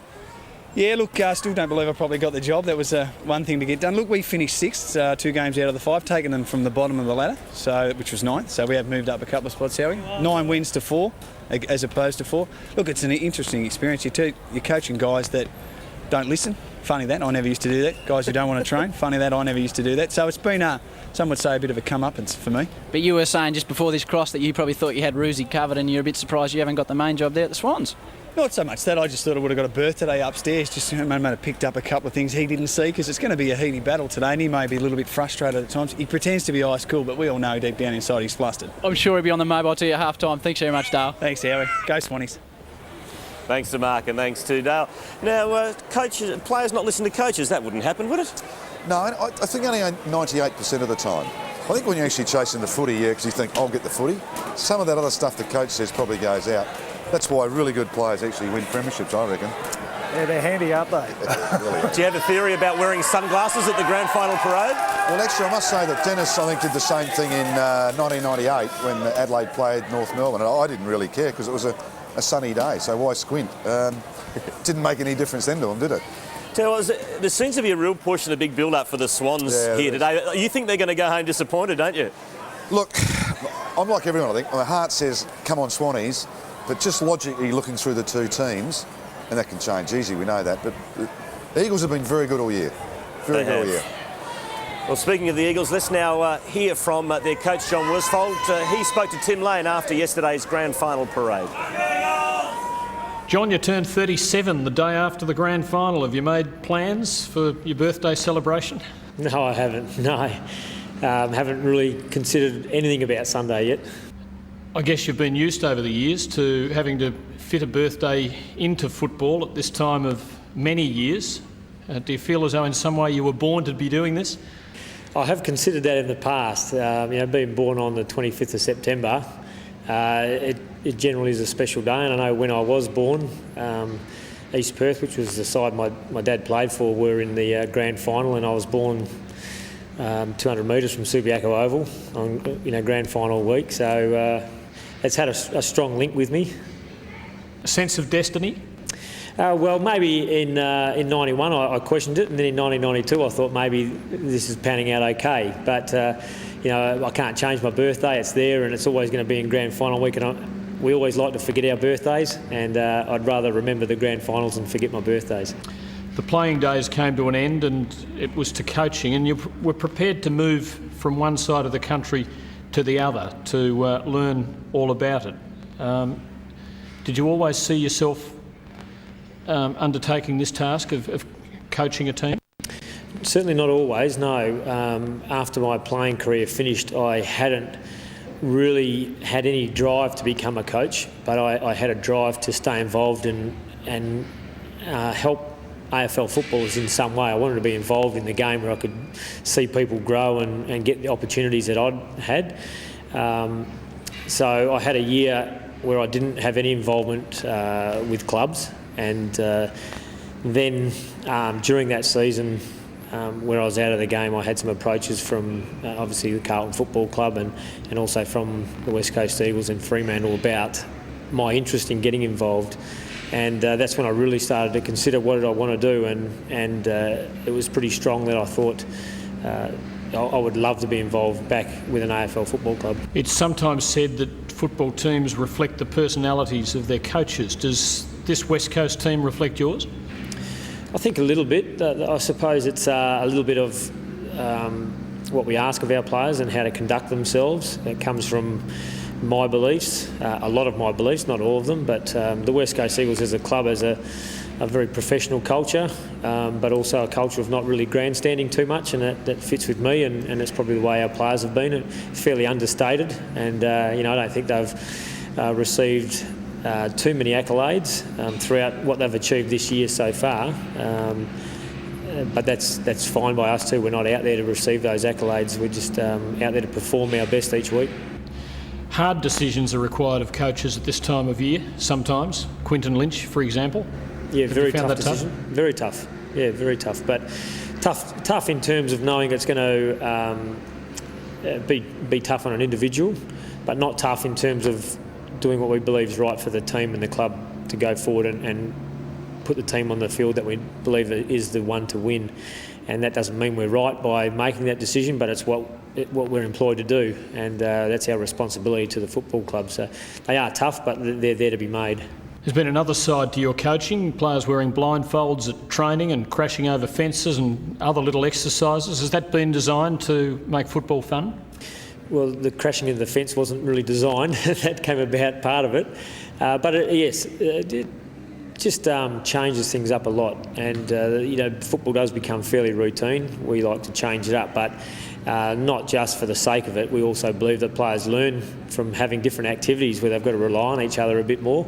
And they're fairly subtle lessons, but we believe that players learn from them as well as having a bit of fun with each other. You're looking forward to relaxing at the end of it? Yeah, I am. Yeah, I mean, I love the game, and it's the seasons are long and they're intense, and you do need a break by the time you get to the season's end. So I know I've got plenty left in me for another day or so. Then I'm looking forward to a break. Happy birthday. Thank you. John Worsfold there with Tim Lane. Well, the stars are starting to arrive, both on the field, and of course we're talking about those taking part in the Grand Final entertainment. Sylvie Palladino. A lot of controversy this week. The national anthem singer, she is singing the national anthem today, but the good news is that Delta Goodrem will also be taking part in the pre-game entertainment. It is an emotional day for Swans ruckman Jason Ball for many reasons. Firstly, it's his last game ever of AFL football. Secondly, of course, he's an Eagles premiership player playing against his old team. And thirdly, he is playing for a man by the name of Wally Jackson, the legendary Swans trainer who sadly passed away during a match last year. A big win for that man, Jason Ball, who was a pallbearer at Wally Jackson's funeral during the week. And they've done that one for Wally tonight. It'd be nice to have him at the ground. He put so much time and effort into this club and the players here. It'd be nice to give something back to Wally. It'd be nice to have him out in the oval with us. It's footy war, and you want the best people you can to go to war with, and Wally was certainly one of those.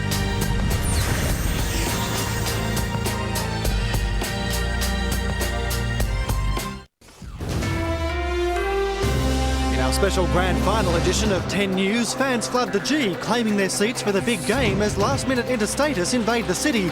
A star-studded Grand Final breakfast kicks off Melbourne's premier.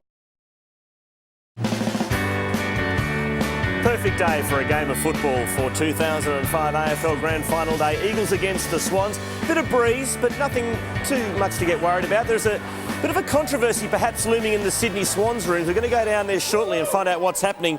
But in the meantime, let's check the latest on the betting as we welcome once again TAB Sportsbet's Gary Davies.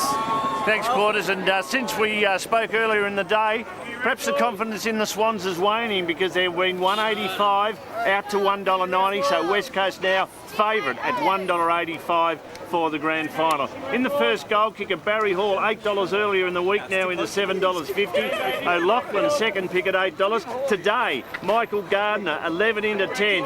Dry weather probably helps the big arms of Michael take a grab. Ashley Sampi at 11. Then we got Ryan O'Keefe, very well supported at $12. Nick Davis, heroics a couple of weeks ago. Can he kick the first one today? He's 13. Ashley Hansen, Judd and Cousins, all from the West Coast at 13, 14 and 16. But as per usual, first goal kicker, it's anyone's guess, Quarters.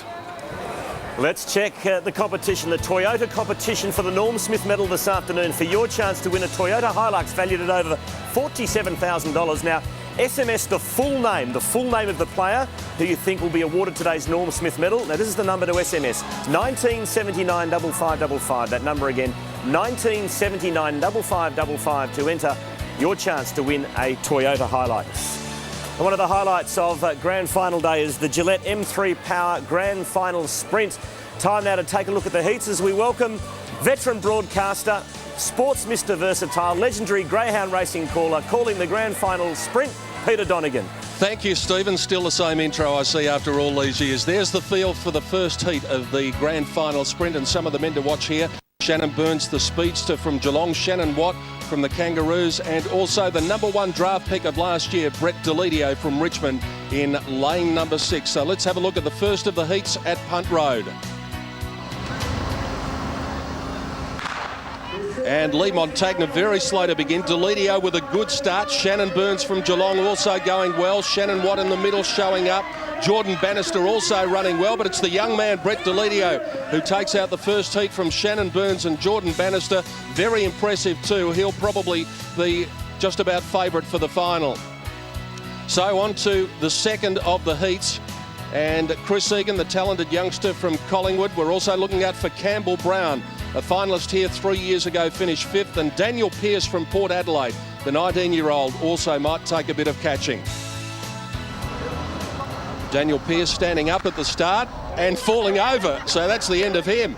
Campbell Brown got out to a good start. Daniel Bell from Melbourne going well on the middle too. Lee Riswick over on the far side, but it's going to be Campbell Brown just pipped on the line by Daniel Bell. Guy Campbell getting into 4th placing there, but Daniel Bell and Campbell Brown fighting it out. Probably the favourite's going to be Brett Delidio. And the Gillette M3 Power AFL Grand Final Sprint coming up live at halftime in the big game. There is the lane draw, so we're going to see Delidio out of lane number 6. The main chances all in the middle, Bell, Brown, Delidio. Quarters should be a great race. That's coming up live inside the stadium in front of about 90,000 people at halftime in the big game. Great to have Pete also on our Grand Final coverage as always. In season 2005, the Grand Final Sprint at half-time of the main game. OK, there might be a bit of a controversy looming down in the Sydney Swans rooms. Let's cross back to Neil Cordy and Tim Gossage. Now, boys, what's going on down in the Swans rooms? It's too hot. Yes, it is, Cordes. I reported just half an hour ago that the staff were very concerned about the temperature. They asked the officials here to turn it down, but really, I've been in there just the last few minutes and the Swans players have just arrived a minute ago and they'll be in for a little bit of a shock. It's about 10 degrees warmer than it is even out here in the corridor where I'm standing. So I don't know what they're going to do about it, but they're certainly sweating, the staff are at the moment. Well, that is amazing. Too hot. What do you think, Malcolm and Steve? I think that's worse than being too cold, because I mean it is hard to cool down, and when you come out and hit the ground, it's the most difficult situation, Stephen, isn't it? When that real cool hits you then. Well, it is, but I guess the benefit is that they probably will spend some time out on the ground, just have a look at the ground, and hopefully they can get things sorted out down there. Isn't that funny? Minute to minute, every bit of preparation would have been done. Yeah. Because of a new grandstand and no one's quite sure. They walk in and obviously it's too hot. And so what's the solution down there, Guy? I mean, is there anything that can be done? Well, absolutely. The West Coast Eagles got here earlier this morning as well, and they said their room was quite warm, but they believe they've turned it down a notch or two, and it's actually quite comfortable. They're not complaining, but certainly there's a lot of concern in the Swans room, Neil, and they are still working on this problem. Yeah, I guess too, the thing is these are the first times these rooms have been used, and so they're probably still ironing out some problems there. But the medical room in particular seems to be where all the heat's coming from, and it hasn't really changed much in the last hour or so. And the West Coast Eagles players are not too far away from arriving, and I'll get an update, but at the moment the West Coast Eagles have given their rooms the thumbs up, even though they do say they are warmer than normal. Boys, Tim, yes? They tell me you were lurking around the Swan rooms just recently. Oh, just doing my job. I'm not supporting either side, Malcolm. Yeah, we've got a nice even mix there with Tim Goss and Neil Cordy. There's the Sydney boys out having a look at the ground. Ty Kennelly, who's been a feature already on our telecast this afternoon. I've been involved in a lot of grand finals, but I think this bloke's now world famous, isn't he? Ty Kennelly, yeah. How much pressure on Barry Hall today? Look, I spoke to him yesterday. I thought both him and Roosie were very relaxed. It's been the karma of the team, hasn't it? That they've been a pretty relaxed bunch of guys, and they're pretty motivated, obviously, to do what they want to do next. Oh, yeah, no, Barry, you've got to take the top off before you have a drink, Barry. Yeah, accept that. Exactly right. But you mentioned Barry Hall. He played a great game last week. He was back to his physical best. And listen, I'm pretty sure he would have been happy that the tribunal hearing was all over and done by Tuesday. He wouldn't have wanted that lurking on to about Thursday. And he said he wasn't going to temper his aggression today? Despite what happened? No, can't afford to. No, and you don't have to be silly about that. I mean, you can attack the ball. Most accidents, most of the hurtful ones I've seen in footy are the guy really attacking the ball and unfortunately an opposition player's in the way. Jason Ball, the back of Jason Ball there, his last game of AFL football. What a way to go out, hopefully for him, on a winning note. Yeah, hopefully that doesn't play tricks on his mind that, this is my last game, let's do it. He just should try and play like he's done forever in his career. Well, that's exactly right, Malcolm. I mean, you can go out of your way and probably knock someone off, but at the end of the day, it's about winning the football, and I'm pretty sure Paul Roos, we see him there on screen, would have addressed that to his players. The human being can't be so relaxed as him. Right? Oh, no, I think Paul, like everybody, gets very, very nervous on grand final day. I don't know anyone that hasn't, and I said on my first grand final back in 1975, 30 years ago. Can you remember back? I was nervous as hell, and quite frankly, the 10th one I was involved in, I was just as nervous. So I don't think. I mean, you hope everything goes right, and you just right there now. There's not too much pressure on it. You're just looking. You hear these theories espoused that you can play your grand final before you get out there. Can you explain that too? Oh, I think you can, because your focus is reading the newspapers, watching every football show on TV. So I mean, you're watching so much football and you're thinking about it so much.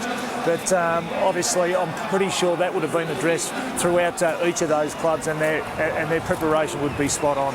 We're going to take another break from the MCG. When we come back, a comprehensive preview of Grand Final 2005 on Network 10.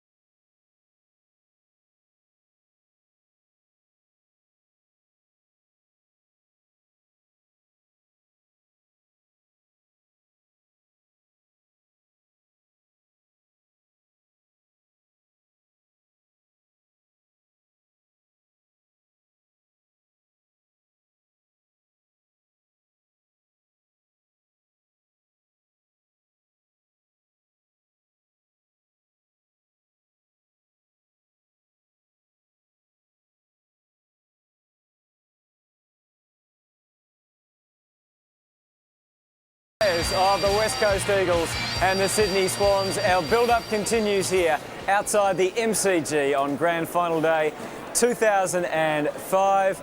Welcome as our coverage continues, and it's time to preview the big game. And what a panel we've got assembled. Robert Walls, Malcolm Blight, they've been there and done it. And Tim Lane to help me probe them and try and come up with the answers to the burning questions. Wallsy, Malcolm, welcome. Thanks, Hutto. It's obviously wonderful to be here, and just to walk in through the crowd, Malcolm, fantastic memories for a couple of old blokes. But gee, what I like about today, we're going to have a new premiership coach no matter which way the result goes. Yeah, there's been a change, hasn't there? And these two guys, their records are very, very similar, aren't they? 3 or so years coaching, good win-loss ratio, now in a grand final.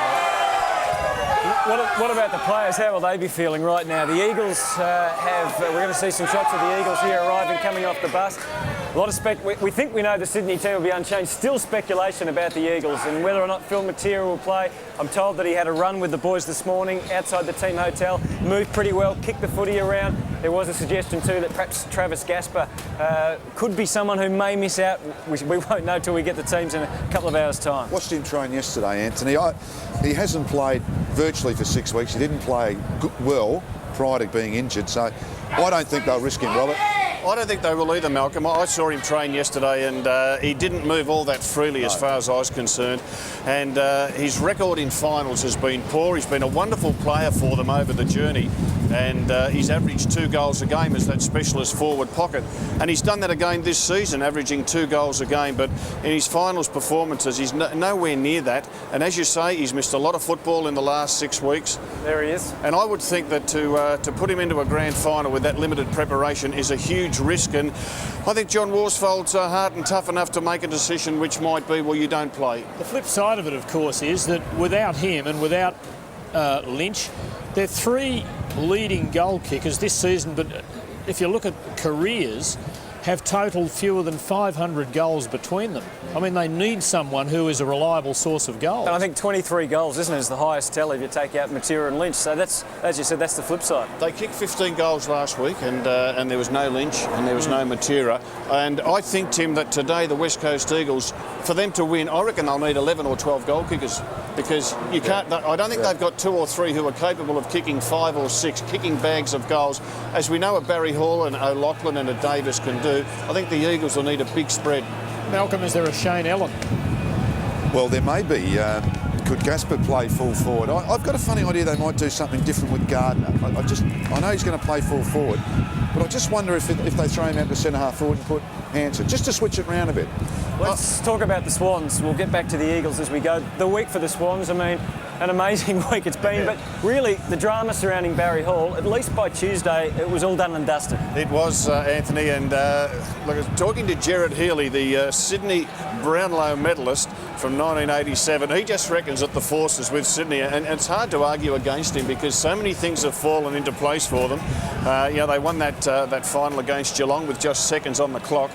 And of course, Barry was reported. The force was with him last Friday night, wasn't it? Well, the force was... but it was low impact. With Matty Maguire, and huge relief for Sydney supporters, and I would think a lot of football supporters in general, that the big fella could play. You relieved Mr Hall? You relieved? Any effect on Barry Blighty at all, do you think? No, look, I spoke to him yesterday. He was cool. It was over.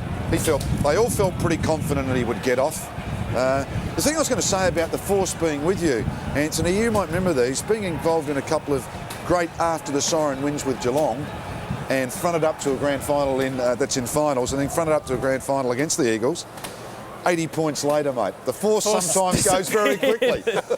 And that's true, isn't it? I mean, we talk about the Swans have had a bit of a journey through the finals, haven't they? They've had the amazing finishes, they've had the momentum. So how will that affect them today? Paul Roos, he's a bit of a genius, isn't he? I think one of the things, Walsey, that has been interesting, it has been arduous, hasn't it, for the Swans? And we've seen a lot of their training has just been at the beach. It has, and I think they've been expertly managed. Look, they do most of their training over the summer. The idea is to come into round 1 at full fitness and then maintain it. And it's been a long journey for Sydney. They've had games interstate, and of course this has been a familiar picture, Malcolm, with the Sydney players getting into the salt water. And look, they even got into the salt water when they came to Melbourne. Yeah. No, look, it is. We all know it's a great recovery process. The thing I think, Robert, is that they play the hardest style of footy we've seen anyone play for a while. I reckon they get a lot of their fitness in the games. Yeah, well, that's true. They're the #1 tackling team in the AFL, led by Kirk and Jude Bolton, who are just right up there, and they've got numbers like 9 and 10 tackles per game. So they really do work hard in games. That is a training run in itself, isn't it? They've been finishing strongly, haven't they? That's the thing. Yeah. Well, they absolutely haven't got the brilliance in pace and all that of the Eagles side. What they've got is durability. A lot of those blokes have played a lot of games in a row, and hard games too. So it is a different style of football we're going to see today from what we've seen probably for the last 3 or 4 grand finals. I think the other thing about the Sydney Swans is that they are a very experienced team now. They've got a list that's well matured. They've got something like 14 of their players have played over 100 games. So they've been there. They've been in a couple of preliminary finals in recent years. So I reckon it's their time. Whereas I think the West Coast Eagles, they will be, you would think, in the next 4 years, right up around the top 4. I think Sydney's time is now. I think they've got about 12 or so more than 100 West Coast, but they've got that lower level of the young players that have played under 50 games. We'll take a break. The build-up continues here to the grand final. We'll have a closer look at the Eagles and speculate about who may or may not play as we stay here at the G. What a day. It's a bit windy, but beautiful sunny conditions.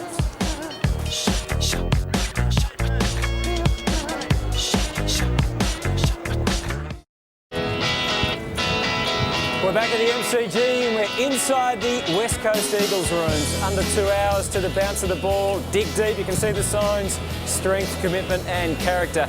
Some of the messages from John Worsfold. Well, the build-up continues. Let's turn our attention back to the Swans just for the moment and head down to Neil Cordy for the latest from the Swans camp. Cords, good afternoon. Yeah, good afternoon, Hutto. No doubt about what the #1 accessory for the Swans here is today. iPods. Just about every second player has got one as they got off the bus, and a lot of them were walking around the rooms behind me now, still listening to their own tunes. Just a little bit of mail coming out about the matchups from the Swans camp is that Sean Dempster, one of their young guns, just 21 years of age, he usually plays in the back pocket, but expect him to get one of the big tagging jobs. He was able to close down Nick Del Santo in the last quarter and some of the third quarter in last week's preliminary final, so expect him to get a big role. Hutto. All right, there is Barry Hall, and as Cord said, the iPod, the concentration on the face of Barry Hall there as he gets ready for the start of this afternoon's game. Let's go back and now talk about the West Coast Eagles, boys. Matera remains the question, doesn't he? What are the factors involved in the decision? Well, the factors are if he breaks down, it's just going to destroy the confidence of all the players if they see one of their leading teammates, not survive the first half of the game. That'd just be dreadful for their confidence. I just reckon it's a huge risk to play him. Now, if they don't play him, Malcolm, do you play Daniel Chick up forward for the West Coast Eagles? Because we saw Chick go forward last week in the absence of Matera. He kicked 3 goals, he locked the ball in. I thought he did a super job. I think that move can always be made. I think the way the Swans played their first quarter last week against St Kilda, where they attacked, I've got a funny feeling they might go for it early. I really do. And if that's the case, I think Chick will play back. You've always got the move for him to go forward then. I just reckon the Eagles just might sit on that one for a while. When do you recall a team kicking a winning score in a grand final largely by dint of talls taking marks? It's pretty windy here. I mean, it's not going to be a day for tall marking forwards. You've got to go back to Hawthorn, I reckon, statistically to find Dunstall, Brereton, Curran and Buchanara kicking bags of goals, but it hasn't happened often. No, that's true. But what you do is you call it spillage, and that's where the material. Who gets the spillage? Yeah, well, I without think there's enough. Cousins, Judd, Kerr can all kick goals. Sampi can kick a goal. I mean, further to that, Wanganeen last year 4 goals, Pickett 3. There's some unlikely goal kickers over the year. Talked about Shane Allen early, so who knows where the goals are going to come from. One man who's not going to play this afternoon is Michael Braun. We know so much attention was over Barry Hall. There's some unlucky players. There always is. We talk about the joy of this time of the year. There's always some heartbreak, and Michael Braun, Tim, who played so many consecutive games, he's going to miss out. It was pretty emotional for him during the week. Well, it's interesting, isn't it, that tears were shed literally for Barry Hall, who had actually done the wrong thing on the field regardless of the outcome of that, and yet Braun, who's been away on the other side of the country, out of view, and there haven't been tears shed for him, and it's not fair. He played 64 games on the trot, more than any other player currently for the Eagles, and the sequence is finally broken on Grand Final day. Is it a worry for them on field to lose Braun? I mean, we know they've got class midfielders, but that is one they need to cover. Well, it is, because Michael Braun has been his best season ever. He's been in their top 5 for disposals. He's the forgotten one, really, because everyone talks of Cousins and Kerr and Judd and Fletcher, all Australian players. Michael Braun's had his best season ever. He just sits on that wing and they play through him a bit. He's got enormous pace, and he's a huge loss for them. I'm interested in your thoughts, boys, on the MCG and the Eagles away from home. We know this second half of the year overall has been poor. A lot of it's been on the road. How much of a difference does this make that they're at the MCG, or do you think that Grand Final day is somehow different? It is different, Anthony, and I don't think it matters. I mean, the Swans don't play here a lot either. But just going back to those coming forwards, Butler's a pretty good player. Selwood coming in for Braun last week was just a wonderful player for him. I know Braun's had a great year. Selwood's a really fine young player. Just on the ground, now Dermot Brereton wrote in The Age today that it's not so much the ground itself but the configuration, and this has the same area roughly as Subiaco, but it's not as long, it is wider, and so it makes for a different kind of football, and it'll be less familiar to the Eagles. I agree. I think the history shows that the occasion tends to take that hostile crowd thing out of it. Everyone lifts for the grand final. I don't think that's a factor, but maybe just the geography, the area of the ground. The Eagles have played here 4 times this year, and they've kicked 15, 15, 15 and 14 goals. So they've been able to get a reasonably good score on the board. I would think that they have to go for broke, Malcolm. I really do, because they've got those explosive midfielders. They've got to take risks. They've got to move the ball on quickly. The last thing that the Eagles need to be seen doing is playing slow percentage football, kicking over the man on the mark. They've got to run and bounce and carry and make the Swans chase them. If they do that, they are a chance for midfielders to kick goals, and as Malcolm said, get it to the big fellas and have spillage. Well, the question remains about just who will line up for the West Coast Eagles. Let's get the latest from their rooms now and say good afternoon again to Tim Gossage. How are you, Goss? Going ahead, yes, the West Coast Eagles arrived. One of the last players off the bus was Phil Matera. Just caught a glimpse inside the door behind me. It looked like there was a consoling hand on the shoulder from one of the trainers to Matera. That might be a lead that he's definitely not playing. The speculation is rife that there's 2 changes.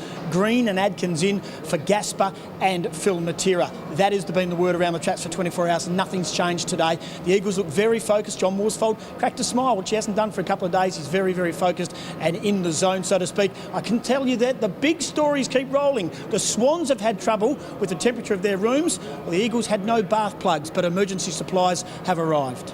All right, Goss, thank you very much for that. We're going to take a break. Plenty more to come as we preview the grand final. Of course, we'll get the final tips from Blighty and so. But look at this, the Red Beret, the Australian Army Red Beret parachute team, the display team where they teach advanced parachuting skills to selected members of the Defence Force for wartime capacity. Spectacular stuff from inside the MCG. We're back shortly on Grand Final Day 2005, exclusively here on Network 10.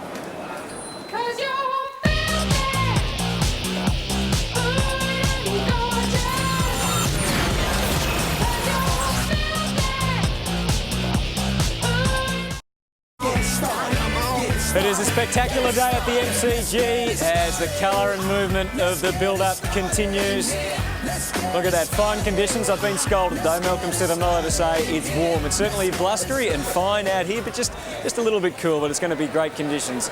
All right, before we analyse things a little closer in terms of the events of the week, what about those changes? If Tim Gossage is right and Green and Adkins comes in, Wolsey, 7 games and 2 games they've played for the year. Yeah, but I still think it's the right way to go because they go small and they're fit. They played Gasper last week and that was his first game for 18 months and he did his job. Now, Gasper may not be needed today. You've got to play players who are needed. Little Matera goes out. I think Damien Adkins would be a beauty to take his spot because he's got a lot of pace and can kick goals, former Collingwood player, of course. And Casey Green can play defensively tight anywhere over the ground. It's a sign, surely, though, of a serious problem, isn't it, that they've got to do that on Grand Final day to try and find some goal-kicking power. I mean, it verges on desperation, but there probably aren't many other options. Yeah, it makes you think, like what Malcolm said, that perhaps Daniel Chick will start in defence. He started up forward last week and kicked those important 3 goals, but he did a pretty good job on O'Loughlin in that final over in Perth 3 weeks ago, so perhaps Chick stays in defence and they try Adkins in the forward pocket. Malcolm, the Brownlow medal count during the week, Ben Cousins winning, obviously a lot being made about whether that'll affect him. He seems unflappable completely this week, doesn't he? But there's also Daniel Kerr to consider as well, who came so close to winning a Brownlow. You did it in 78 and then fronted up. Will it have much effect on Ben, do you think? Look, I don't think so. The way he's handled the whole thing, but I must say one of the things, and this is having been through Paul Couch, having won in a grand final as well, is that you actually try and be the same, and you say to yourself, just be the same, when you really shouldn't be saying anything. Just go out and play. So it's a bit hard to control. I've seen some blokes handle it, others not. I was talking to him yesterday and he said that the night over in Perth was very subdued, and that 15 minutes after it ended and he'd received his Brownlow medal, it was all over and everyone went home. I actually felt quite sorry for him because he, and others, particularly from Brisbane in recent years, have been in this position. He wasn't really able to let loose and enjoy the night. And I don't mean drink too much or anything like that, but to really let go. He's had to contain himself, and I think he's capable of that. I mean, he's shown before that he can compartmentalise. He'll get on with it, and I reckon he'll play well. And maybe even more reason, Tim, why the Brownlow should be the first Monday of the first week of finals instead of grand final. He's been shortchanged. He hasn't been able to enjoy the night on which he won the Brownlow medal. No, I disagree. I reckon it should be in part of grand final week. I know I went through it and I got wounded, didn't play very well, and a lot of guys have. I don't think you'd swap it. I just reckon it helps the whole week, to be honest. Yeah, very few players have played really well on grand final day, though, after winning a Brownlow medal. We'll see how Ben Cousins goes today. He's certainly a vital player for the Eagles. In fact, if you look at the stats when they've won versus when they've lost, he is the one whose figures are much better when they win than when they lose. So we'll see how he goes this afternoon. The qualifying final was, we were over there in Perth. It was an amazing night, wasn't it, as the Swans and the Eagles did battle, and Eagles started well, Swans came back, Eagles finished well and managed to win the game. There were some crucial decisions in it, wasn't there? Some crucial moments. Well, obviously the free kick here, that's where Leo Barry, he crashes into Stingline, the man on the mark, and for some reason they gave a free kick to Tyson Stingline, who went back and kicked a goal. Now, I think the umpires themselves have admitted they got that wrong. So I guess we won't see that one happen today, Hutto, but you never know. It was a really good contest. I think the West Coast Eagles learnt a lot, and that was that they kicked 1 goal in quarters 2 and 3 with a top-heavy forward line, and then John Worsfold changed his forward structure, Hunter went forward, and Cousins spent most of that last quarter up forward, and they kicked 5 goals to win the game. You were very critical on the night, as a number of people were. Let's, in fact, have a closer look at the second quarter in particular. We can have a look at just what went on in terms of plotting where they took their marks, and this is between the Swans and the Eagles. The marks they took inside 50. You can see all the marks the Swans took there, 7, and only 2 for the Eagles, even though the Eagles had plenty of the ball. Yeah, well, again, those marks were taken by Michael Gardner, and they just didn't have marks taken by other players. The West Coast Eagles do get most of their goals in general play, not from marks by permanent forwards, and it was certainly obvious this night over there 3 weeks ago, and the worry for the West Coast Eagles that once the ball hit the deck, the running Swans were able to rebound it so easily. The plaudits went to the Swans in a funny sort of way out of that game, didn't they? Largely because of that controversial decision in the last quarter, and yet the Eagles did a mighty job actually, having had those 2 really bad quarters, to come back and kick 5 in the last quarter. When it had to be done, they did it. And there's Hunter thrusting forward. Blighty, do you reckon Hunter could start forward again, or do you think it'll be a manoeuvre that almost a Billy Duckworth that he has up his sleeve? Look, I think the latter. I think he'll start. I thought last week he'd start forward line. It didn't. I think they'll keep him back there. I think John Worsfold likes to keep his defence reasonably settled. The thing with all those Eagle players is who's trying to kick the goals is you've got to remember Gardner's now played 4 games, Hanson's played 4 games, Embley's played 4 games, all from those injuries they've had. They are goal kickers. But one of those can kick, well, both of them, all of them can kick 3 goals. 9 from them, plus a few from the rest would be enough. And when they really did struggle a bit, the Eagles, which was, say, the last 6 weeks of the season, those players you mentioned were not there. Exactly. Now they've had a month of football under their belt, so they've got to be in better shape. Going to be fascinating to see how they line up forward for the Eagles. Plenty of questions, and they'll all be answered in just over an hour and a half's time here at the MCG. We'll take a break. The build-up continues, all the colour and the fun of Grand Final Day. Everyone's enjoying it. Maybe the pressure on a little more inside the ground. Nick Davis having a yawn Well, he's a pretty cool and calm customer. I wonder if he's going to be a hero again like he was a couple of weeks ago. His kick, of course, sinking the Cats and sending the Swans on their way to a preliminary final and finally a grand final. Luke Ablett, he'll have a big task as well this afternoon. Michael O'Loughlin, what a key he'll be. The build-up continues here on Network 10.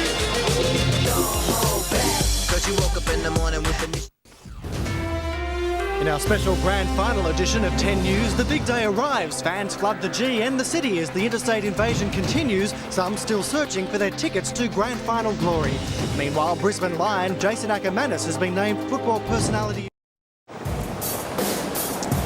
The Seahawk helicopter from the Royal Australian Navy Fleet, bringing in the 2005 Premiership Cup, hovering above the ground.